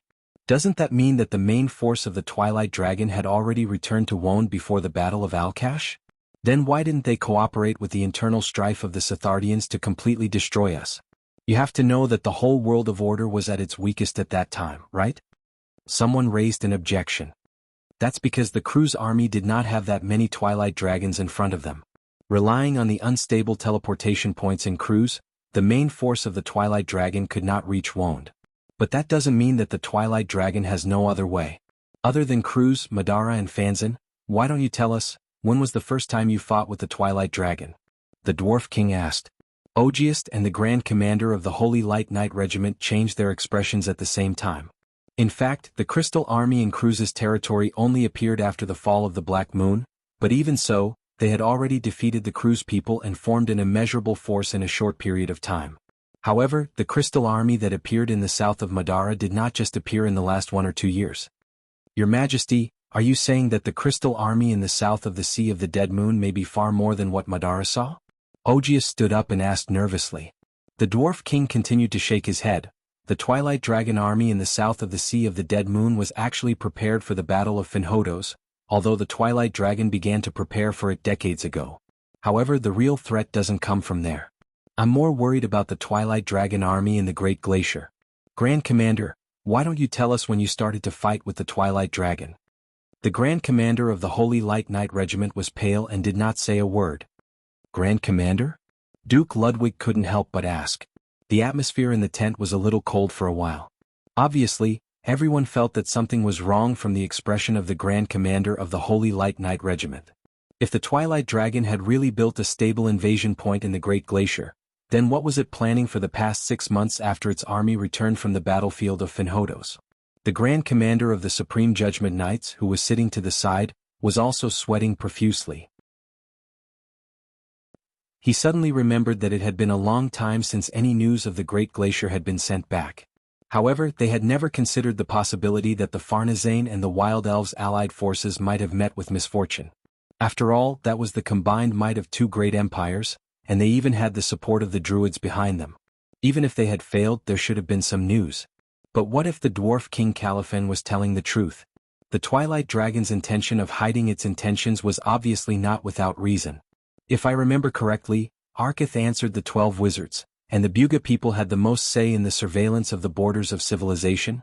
The Crystal Army in the Great Glacier should have appeared more than 600 years ago. We were the first to discover the strange phenomenon there. The Nengans and the demons had excavated a huge seal under the Great Glacier. We tried to attack it a few times, but it ended in failure. However, the Buga people are not the ones who have the most say in this issue. He turned to look at Fuchsia as he spoke. The Hepta Dragon Queen was nominally sealed in the Great Glacier, but in reality she was the guardian of the seal. For hundreds of years, she had been monitoring the movements of the demons and the Nengans in that direction. And Yuki's black-robed wizards were actually her subordinates. But in the face of Arkith's question, the evil Dragon King shook his head. About 200 years ago, the war outside the elemental border was urgent. I entrusted the affairs of the mortal world to Yuki and then went to the Silver Plains. As for the real situation in the Great Glacier, I'm afraid that only he and his black-robed wizards know what is going on. Fuchsia answered calmly, but you don't have to worry too much. I met with William a year ago.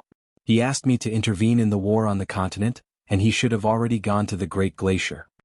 But before she could finish her sentence, an old voice shattered everyone's hopes. No, Fuchsia. You and I might be wrong.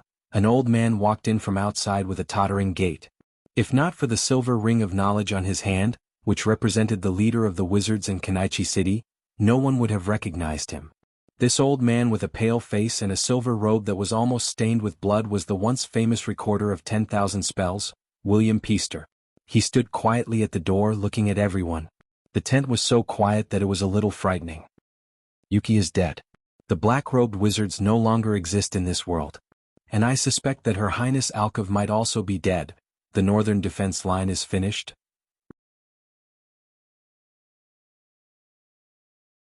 Chapter 1528. The news brought by William had a profound impact on the peace conference. The next morning, before the morning dew had dried, the Grand Master of the Fanzan Knight Regiment bade farewell to the representatives of the participating countries and set off north to return to the Fanzan Empire.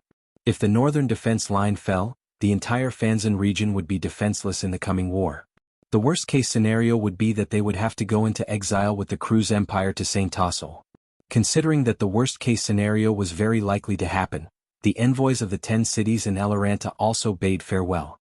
The people had to prepare for the disaster in advance. After a large number of representatives left, the atmosphere in Mangther became tense, but the relationships between the people became even closer. The quarrels between different races that could be seen occasionally before had now disappeared without a trace. Perhaps it was because they no longer had the heart to argue, or perhaps it was because the underlying emotions of sharing the same breath and fate made people find more common ground. But all in all, in the face of the inevitable disaster, the people were surprisingly silent and united. The number of boastful people decreased, but the number of people doing things increased. People began to pragmatically discuss the future of Wond. Some people suggested that the wilderness of the Four Realms had now accepted too many refugees from Cruz, Toquinen and Hazel. It had greatly exceeded its capacity. Many civilians had no clothes or food.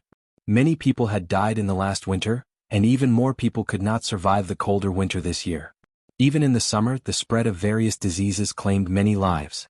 Many nobles were willing to donate their wealth to contribute to the war, but at this time, wealth had lost its meaning. The Wind Elves could not produce enough food and other materials to feed the population of 2 or 3 empires. Although the population of Cruz, Toquinen and Hazel had been greatly reduced, the old and frail often fell on the migration road. Lord Lorendale proposed that the Wind Elves give up a piece of land to the refugees, from the east of White Mountain to the wilderness of the Four Realms. There were not many Wind Elves living in these places. Letting the refugees settle, cultivate and develop production there could also alleviate the Wind Elves' lack of productivity caused by the lack of population. As for the next 1 or 2 years, the Wind Elves' food storage could barely support them, although there was a risk of using up all the emergency supplies in Saint Tassel. But the far-sighted Istiville also saw clearly that if they could not cope with the present, then there was no future to speak of. 2 years later, the redeveloped wilderness of the Four Realms would be able to support the war. The generosity of the Wind Elves had touched the hearts of every participating country present. The Silver Bay region and even the countries of the Great Plains all stood up and expressed their willingness to accept immigrants from the Farnazane and Eloranta regions. In order to preserve the integrity of the power of the 2 empires, the countries of the Great Plains even took the initiative to plan a joint division of the territory, creating another Farnazane and Eloranta on the Great Plains. This was an unimaginably grand plan in the history of civilization. More than 40 large and small kingdoms and principalities took the initiative to cede their territory in order to rebuild a powerful empire. No one shirked from this plan and no one retreated from this plan. Everyone was enthusiastic, and it developed to the point that the Grand Master of the Supreme Judgment Night was moved to tears on the spot. What was the consciousness of civilization? This was the consciousness of civilization.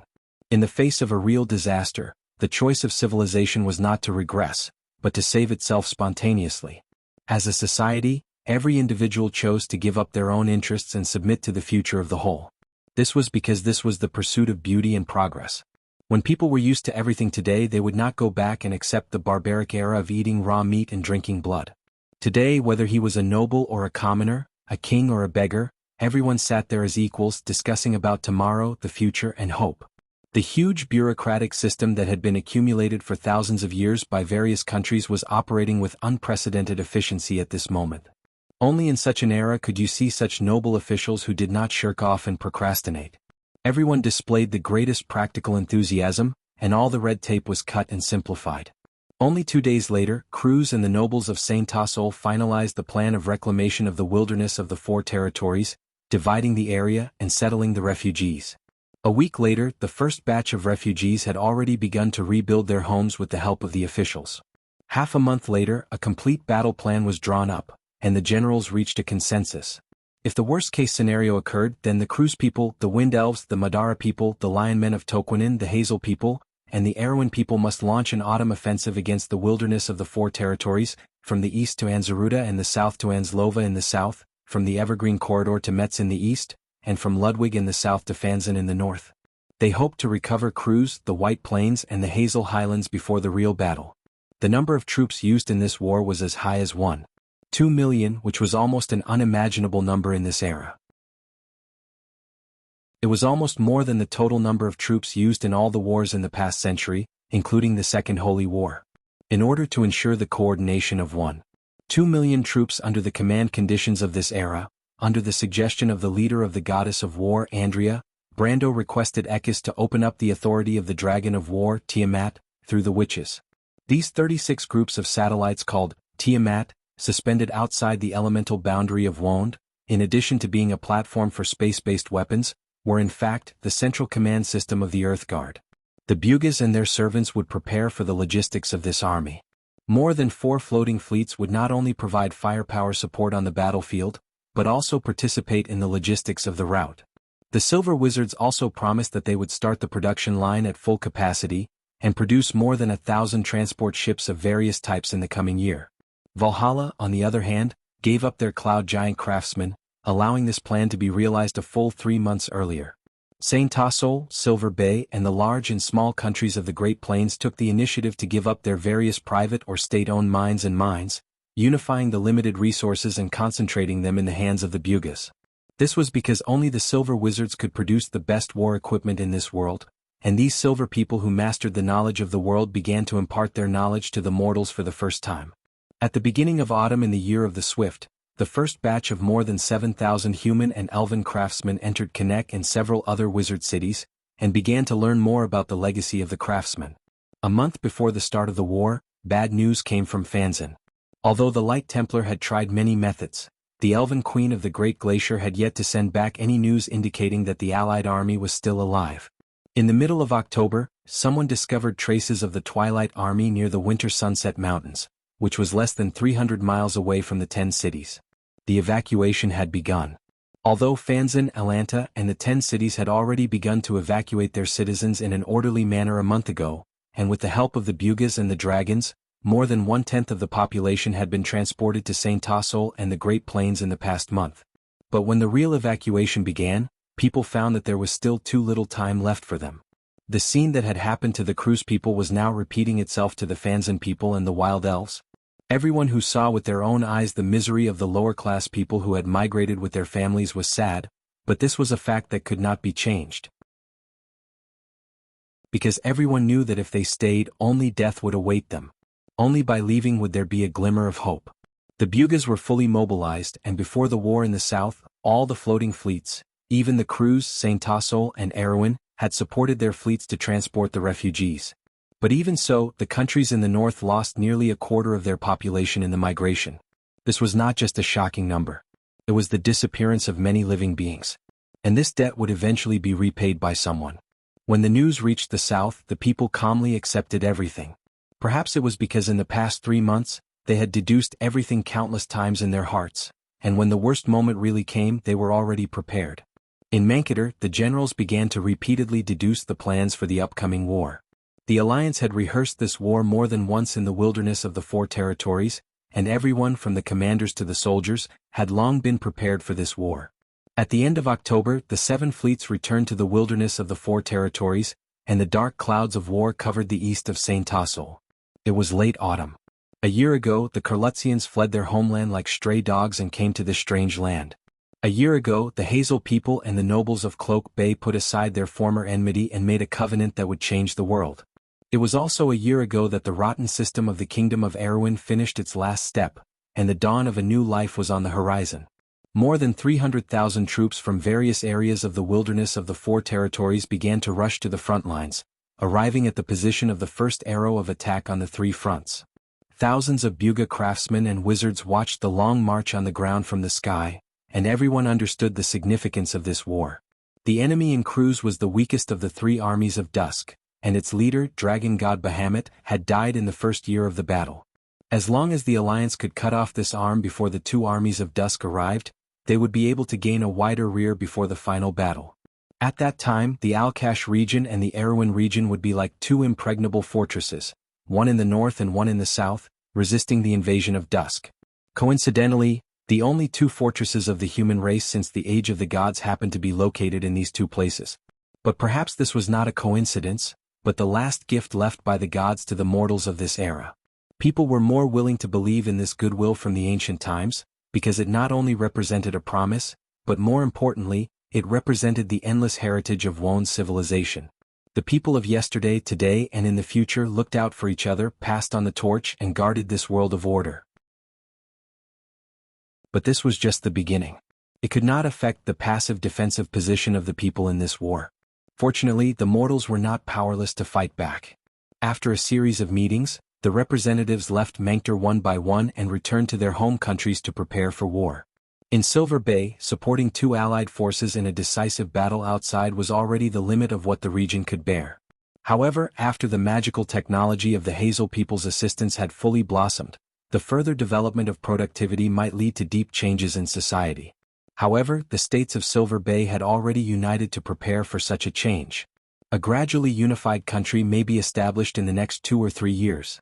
This country would implement a republican system, led by the White Wolf Blade Master, Brank. At that time, a powerful kingdom not inferior to the 4 great empires would appear in the Silver Bay area, increasing the strength of the human race. On the Great Plains, the work of the Bugas and the 9 Phoenix people was still not over. They still had to continue to encircle the Centaur army and clear the obstacles for the rear of the civilization. It was conceivable that in the near future, the plains where the black dwarves rose would once again become the center of the fire of civilization in the war that would last for an unknown period of time. The evacuation of the north continued, and it would be carried out together with the autumn offensive.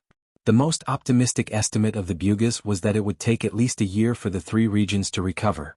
But for the soldiers of Fanzan and Eloranta, they had to wipe away their tears and embark on the journey. Just earlier this month, many mercenary organizations from the 10 cities area took the initiative to join the war. And as more and more representatives left, Menkter began to regain its former tranquility. The main part of the peace conference was also announced to be over, but the conference continued in another way, but its scale became smaller and the level of confidentiality became higher. In the Kurlutz military camp, there were only 10 people in a small tent, but these 10 people were all important figures in this war. Brando, William, Solomon, Istavil, the Lord of Lorendale, the great druids Grey Fury and Sifrid, the Grand Commander of the Supreme Judgment Knights, the Dwarf King Califen, the Lion Prince Nair Fisher, the Great Saint Vala, and the King of Erewhon, Haruz. Everyone had a slightly serious expression on their faces. There was no doubt that they were going to discuss something that could affect the future of the land of Wond. William and Solomon sat on the left and right sides of the long table, second only to the main seat of Brando. After a few months of recuperation, the wizard leader's complexion had improved a lot, but his face was still pale. As for his strength, it had dropped by several levels. He admitted that it was impossible for him to recover to his previous level without more than a year of recuperation. And even then there would be some effects left on him. But in any case, to be able to escape from the hands of the king of all races was a matter of pride for anyone. In the era of the War of the Gods, every lord under the Twilight Dragon was an opponent comparable to or even stronger than the gods of Erewhon. The number of gods who died in their hands was not just 1 or 2. Before everyone spoke, Solomon cast a silver magic shield to cover the entire venue, although the venue itself was only the size of a table. The other 7 wizards were not surprised by his actions.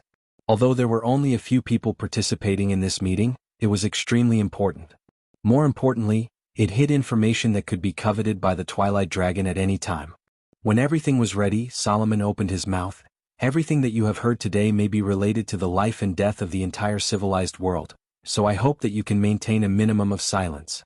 This discussion will end the moment we leave this place, and all secrets should only exist in your hearts. After we leave this place, I don't want others to talk about it. Sifrid had a strange expression on her face and she asked in a childish voice, "Are we discussing how to deal with the Twilight Dragon, Lord Solomon?" After being carefully taught and nurtured by the druids, this little girl from the Green Village was no longer the ignorant little girl from before. She was engaged in important work in Valhalla, and the Cloud Giants were very fond of her. Now, in front of Solomon and William, she was neither servile nor overbearing. Because she was the inheritor of the goddess of the forest, she must live up to her identity. Yes, Your Highness Sifrid. But it will not only determine whether we can defeat the Twilight Dragon, but it will also affect the Flame King's safety. Solomon's eyes were fixed on Sifrid's face as he spoke. Yes, Your Highness. But it will not only determine whether we can defeat the Twilight Dragon, it will also affect the Flame King's safety. Brando could not help but look at Solomon. He did not expect the usually serious Wizard King to have a meticulous side. He obviously knew about the relationship between him and Sifrid, otherwise he would not have said such words. And the effect of this sentence was obviously excellent. Not only did Sifrid become serious, but even Haruz's face tensed up. The others more or less became serious not because of Brando but because of the former. Mortals could only passively defend against the Twilight Dragon, but blindly defending could never lead to the final victory of the Twilight War. Everyone knew who their real enemy was, and once the Twilight Dragon awakened, this world would no longer have the power to resist. The only thing they could rely on was the last chance that Lady Martha gave them. A chance to turn defeat into victory. So, what is the Throne of Destiny? The Lionman Prince, Nair Fisher, was the first to ask this question. As the representative of the Temple of Earth, he had only recently been allowed to join this meeting. But it was not only because of his identity, but also because of Toquinen's geographical location and its relationship with Erewhon. The Lionmen would be one of the most important allies of the Erewhon people in this war. It could be said that this prince was important because of Erewhon, but at this time he was not in the mood to care about this detail. You can say that the throne of destiny is the highest authority of the Tiamat Code. Brando answered briefly. Then it is Martha's authority? Brando shook his head. In fact, it has far more authority than Martha. Nair Fisher's eyes widened. How is that possible? Our world was created by Martha and the divine people. Although Lady Martha has the highest authority, the first generation of divine people also had the same authority. And as the creators of the Tiamat Code, they were actually given an even more important authority, and that is to restart our world. Brando explained. Restart the world? Vala asked. Is it the disasters that destroyed the world several times in the Pale Epic? Yes, although the destruction of the world in the Pale Epic was brought about by the Dusk Emperor, it was not the Dusk Emperor who did it. However, it wasn't done by the Twilight Dragon himself. Instead, it was a way for the gods and their people to protect themselves. It was because of this method that our world was able to survive until today. But today, after the gods and divine people left one by one, and even in the last war during the Battle of Azure for various reasons, this authority has been mentioned from beginning to end. And now, the heavy responsibility of finding the whereabouts of this authority may fall on us, because it may be the only way to fight back against the Dusk Emperor. Nair Fisher asked again, our method is also to restart this world? No, Brando shook his head. Repeating the cycle is not good for this world, but there are many disadvantages. It is because of this that Lady Martha was determined to end this cycle of fate. She may have left us another method, but we don't know anything about it yet. When he said, we don't know, he seemed to be slightly stunned and paused. But after a moment of absent-mindedness before everyone had time to notice, Brando continued, but this does not mean that there are people who are not acting with this purpose. You must understand that there are many people who are looking for the throne of destiny, and it is not just us. Among the people present, only Roman noticed Brando's absent-mindedness and could not help but look at him deeply. And Brando's student, Haruz, also noticed that his teacher's expression was a little strange. But he shook his little head, thinking that it was just his imagination. Because on such an occasion, everyone would more or less have some worries in their hearts. Even if their beliefs were firm when faced with the uncertain future, they could not help but feel depressed. Many people? The great druid asked sharply. That sounds like it is not just the Dusk Dragon. Brendel glanced at him and nodded. He then gave a brief account of his experiences since leaving Kurlutz. He mainly described the plan of the Dragon Queen, the plan of Mistata and Sage Eloranta, the plan of White Tiamas and the witches, and finally the trip to the Stagnation Realm and the encounter with the Dusk Dragon. So, he concluded in the end, the current situation is like this. Although Ekis seems to be our ally, its purpose is to get the throne of destiny, restart this world, and eventually become the true god of the next generation of Wond. Then we must not let it succeed, Haruz said with some anger. He did not expect the truth of Ekis' cooperation with the witches to be like this. He had always admired the mother of wolves who betrayed the Dusk Dragon. But in that case, why would the witches be in cahoots with Ekis? At least it is good to have it on our side for the time being, the dwarf King Caliphan replied, shaking his head. After thinking for a moment, Istavil asked, what is the purpose of the Dusk Dragon? In order to get the throne of destiny, it did not hesitate to come to our world, so it must have a bigger plan, right? Brando nodded, a little impressed by the keenness of the Lord of Lorendale, and replied, the purpose of the Dusk Dragon is exactly the opposite of Ekis. Exactly the opposite of Ekis? The others were stunned. Then wouldn't the Dusk Dragon be on their side? But even if one used their knees to think, they would understand that it was obviously impossible. At this time, Solomon had to stand up and explain to them, the purpose of the Dusk Dragon is actually very simple because it does not even need the Throne of Destiny to destroy our world, so it wants to get the Throne of Destiny to stop it from restarting the world, because restarting the world is not really the destruction of Wond. I understand. Nair Fisher also understood. What the Dusk Dragon needs is complete destruction, and there is no possibility of our world rising from the ashes. Solomon nodded. Everyone could not help but feel a chill down their spines. They originally thought that the current situation was complicated and dangerous enough, but they did not expect the real situation to be far more dangerous than what they saw on the surface. For the mortals of this era, life was destruction, death was also destruction. It was as if the only path in front of them was to walk towards death with dignity. Everyone could not help but look at the calm Brando, and they all admired the young Flame King in their hearts. They were already frightened just by hearing all this here, but Brando had dug out all these secrets bit by bit from the tree herders, from All for One, and even from the Dusk Dragon himself. Then what should we do to save this world? Nair Fisher could not help but ask a little desperately. This is the reason why everyone is here, Solomon replied. Regardless of whether we succeed in the end, we must ensure that Mr. Brando gets the throne of destiny first, and only when the throne of destiny is in the hands of mortals will everything we do be worthwhile. Your Excellency the Flame King? Teacher? Everyone looked at Brando in shock once again. Because the keys to the throne of destiny are the 7 holy swords, Solomon replied calmly. What? Perhaps the others more or less had some guesses, but Nair Fisher was really shocked. Then how many holy swords does Your Excellency the Flame King already have? 6. Solomon looked at the Grand Commander of the Supreme Judgment Knight Regiment. Mr. Brando has already obtained the recognition of the Shallow Sea Holy Sword Sinna, the Dark Holy Sword Judgment, the Golden Flame Blade Odorfice, the Wind Holy Sword Firmament, the Glorious Holy Sword Mither, and the Earth Holy Sword Halange. However, among these holy swords, the Glorious Holy Sword Mither and the Scepter of the Glorious Holy Sword Mither are still in Fanzin. As for the Pearl of Wind, its whereabouts are unknown. He paused for a moment and looked around at everyone. The countries behind each of you represent the most powerful forces in this world. Therefore, I hope that everyone can mobilize and help to find the remaining parts. The sooner we find the 7 sacred swords, the higher our chances of victory in this battle. The Grand Commander of the Supreme Judgment Knight Regiment immediately stood up. The glorious Holy Sword Mither has always been the inheritance of the Light Templar Church. However, the Holy Sword suddenly disappeared a few hundred years ago.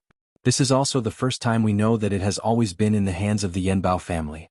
However, please rest assured that the Pearl of Light and the Scepter are still in the custody of the 2 popes.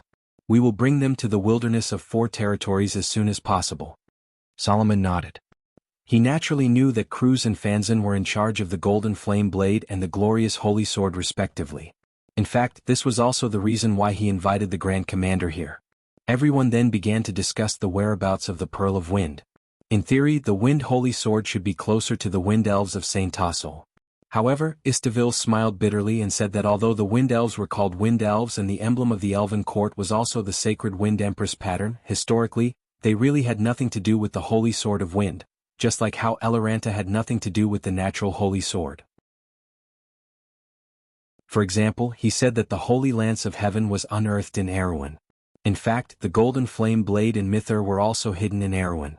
This statement inspired everyone, and they all thought that the Pearl of Wind, which had not yet appeared, might also be in some corner of Erewhon. However, Haruz, who had been silent all this time, suddenly raised an objection. The Pearl of Wind is not in Erewhon, teacher. Everyone, the little king stood up. It is in Jorgindy Ridge. Jorgindy Ridge? How is that possible? How can the Pearl of Wind be underground? Nair Fisher could not help but shake his head. It's true, Haruz replied firmly. He said to Istaville, the Pearl of Wind is actually related to the Wind Elves in the era when you were still called the Mist Elves. The inheritance of the Sun, Moon and Sun was divided, and the true inheritors of the Wind Empress line, the descendants of the Moon, were betrayed by the Sun Elves in the war. The whole race was attacked from behind and had to go underground. In fact, they took away the inheritance of the Moon, including the true sacred artifact of the Wind Empress. Istaville was a little silent. The division of the Sun, Moon and Star was the biggest scar in the history of the Wind Elves, because it not only caused them to lose the glorious name of the Mist Elves, but also the true inheritance of the Wind Empress. Although the people of Saint Tassel still claimed to be the descendants of the Wind Empress, in fact they were not so orthodox. Because of this, when the Wind Empress appeared again, they stood firmly on the side of the 2 foreign crown princes. Because this was the only chance for them to regain their honor. Haruz continued. That is the Pearl of the Wind Empress. The descendants of the Moon's inheritance joined the Dark Elves in Jorgindy Ridge, and the followers of the Dark Dragon also accepted them. They have always lived in Ash's Tip to protect the Pearl of the Wind Empress. They are the guardians in the darkness. The truth of the demon's actions was not just to resurrect Akentu, but the Twilight Dragon personally gave them in order to seize the Pearl of the Wind Empress. How do you know this, Haruz? Brando could not help but ask with some surprise. Although it was said that a scholar who had been away for 3 days should be looked at with new eyes, the sudden change in his student was too big. Haruz slowly took out a dark pearl from under his robe and held it up with both hands. She held it up with both hands and said to Brendel seriously, because the orb of wind has always been in my hands, teacher. Miss Lasmika's friend, Miss Kaya, is from the Oath Keepers. P.S. Just like that, there was an extra 500 EXP, okay? Speaking of which, it was a really bad day today. I went out to the bank and forgot to bring my card. When I came back to take my card, I forgot to bring my key. When I took my key, I left my card in the ATM and it was swallowed. Finally, I took my ID card and found that it had expired. You're tuning in to the Han Lee's Wuxia Chronicles YouTube channel. We're so grateful for your support, and don't forget to subscribe to join us on this incredible journey through captivating stories. Your generosity through donations truly makes a world of difference, as it's the primary source of revenue that allows me to expand and enhance this channel for you. Thank you from the bottom of my heart for being a part of this adventure.